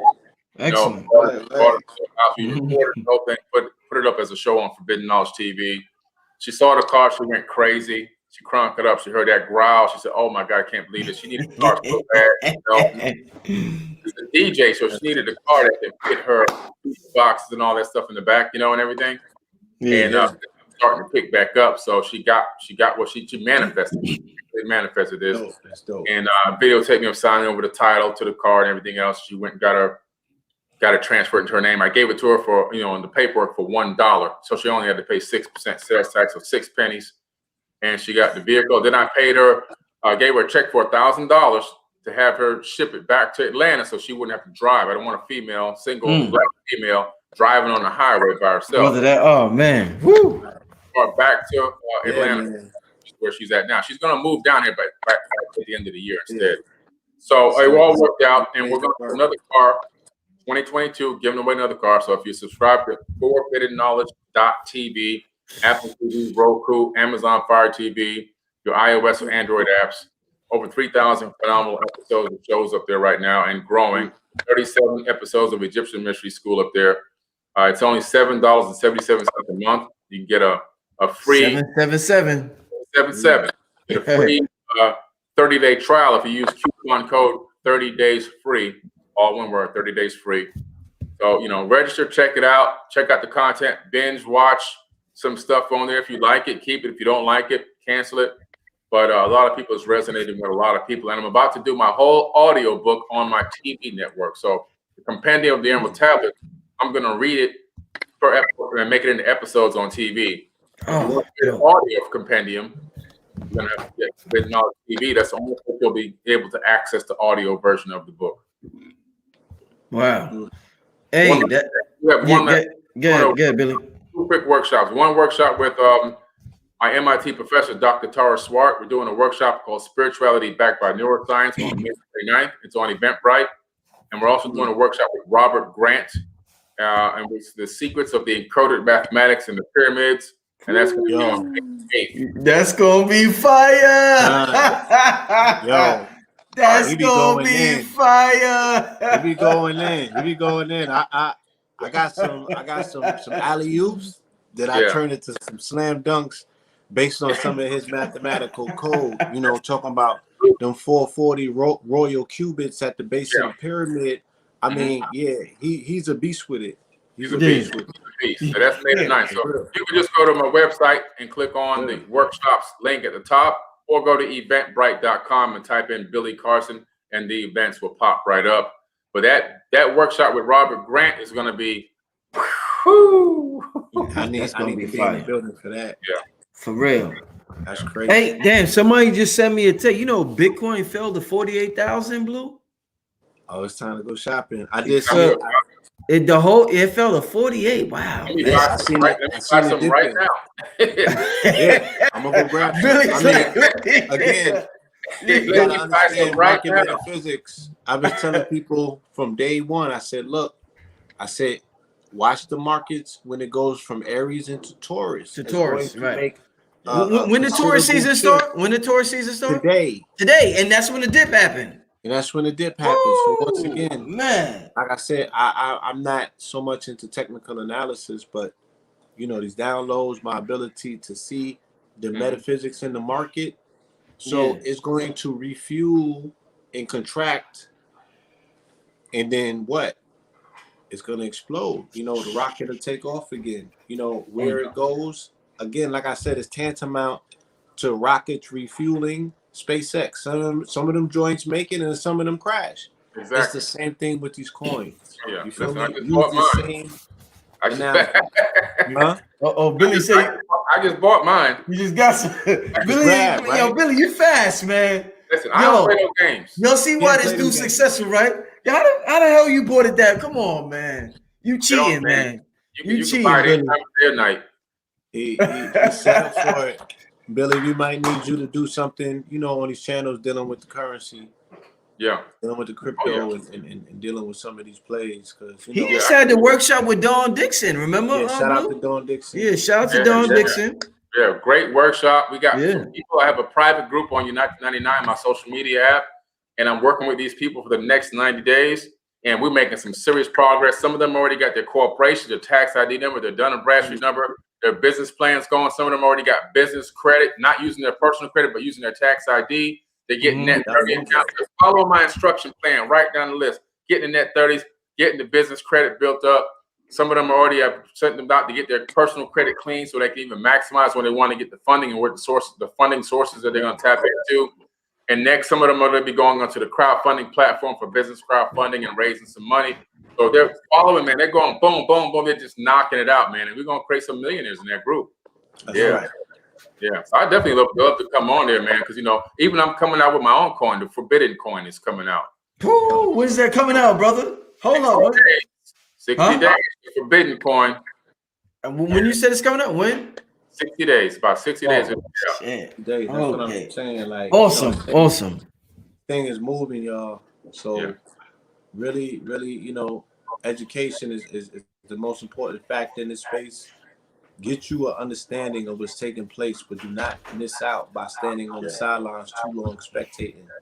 Right? That's millionaires are being made overnight. Yeah. Facts. Yeah. So, you see how I just bought these? You only get rich buying on the dip. Buy the dip. This is the best time ever. People is long face. I'm like, you don't understand the universe. You know what I'm saying? They're lining you up for abundance before the thing contracts, because it has to go into Gemini, dealing with the lungs now. You know, you have to say, okay, if a contraction may happen and bear market kick in, it's gonna happen in Gemini. Yeah. You know, or it may expand and blow. One of these coins is 9,000 coins. Something's gonna take off. Everything ain't gonna, you know what I'm saying, hit rock bottom. Something's gonna make its way to the moon. Yeah. So you gotta position yourself and know the nature of the game that you're playing. I'll leave it at that. Yeah, man. That's it. Hey, family, with that being said, man, we've been on here for 3 hours, man. Wow. Blue, I didn't know I was going to keep you that long tonight, man. Woo. Thanks for staying on 3 hours. Billy, thanks for just coming on. I know you're busy. You're a busy brother. You fell asleep. I appreciate you coming on, dropping it, and even answering some of the critics, man. It, you know, we're all trying to learn. Like the brother said in the chat, he's trying to learn. Everybody's trying to learn, and we learn from different sources. So I appreciate you for just answering all types of questions, man. And this is such a wonderful channel. I appreciate everybody for tuning in. This is Brother Rich. I'm gonna be back tomorrow, y'all. I don't know with who, but I'll be back tomorrow. But thank you for tuning in, staying with me late. It's 1:40 in the morning. We still got about 1,000 people in the chat room. This is Brother Rich, Blue Pill, Billy Carson. We getting out of here, family. Peace. All right.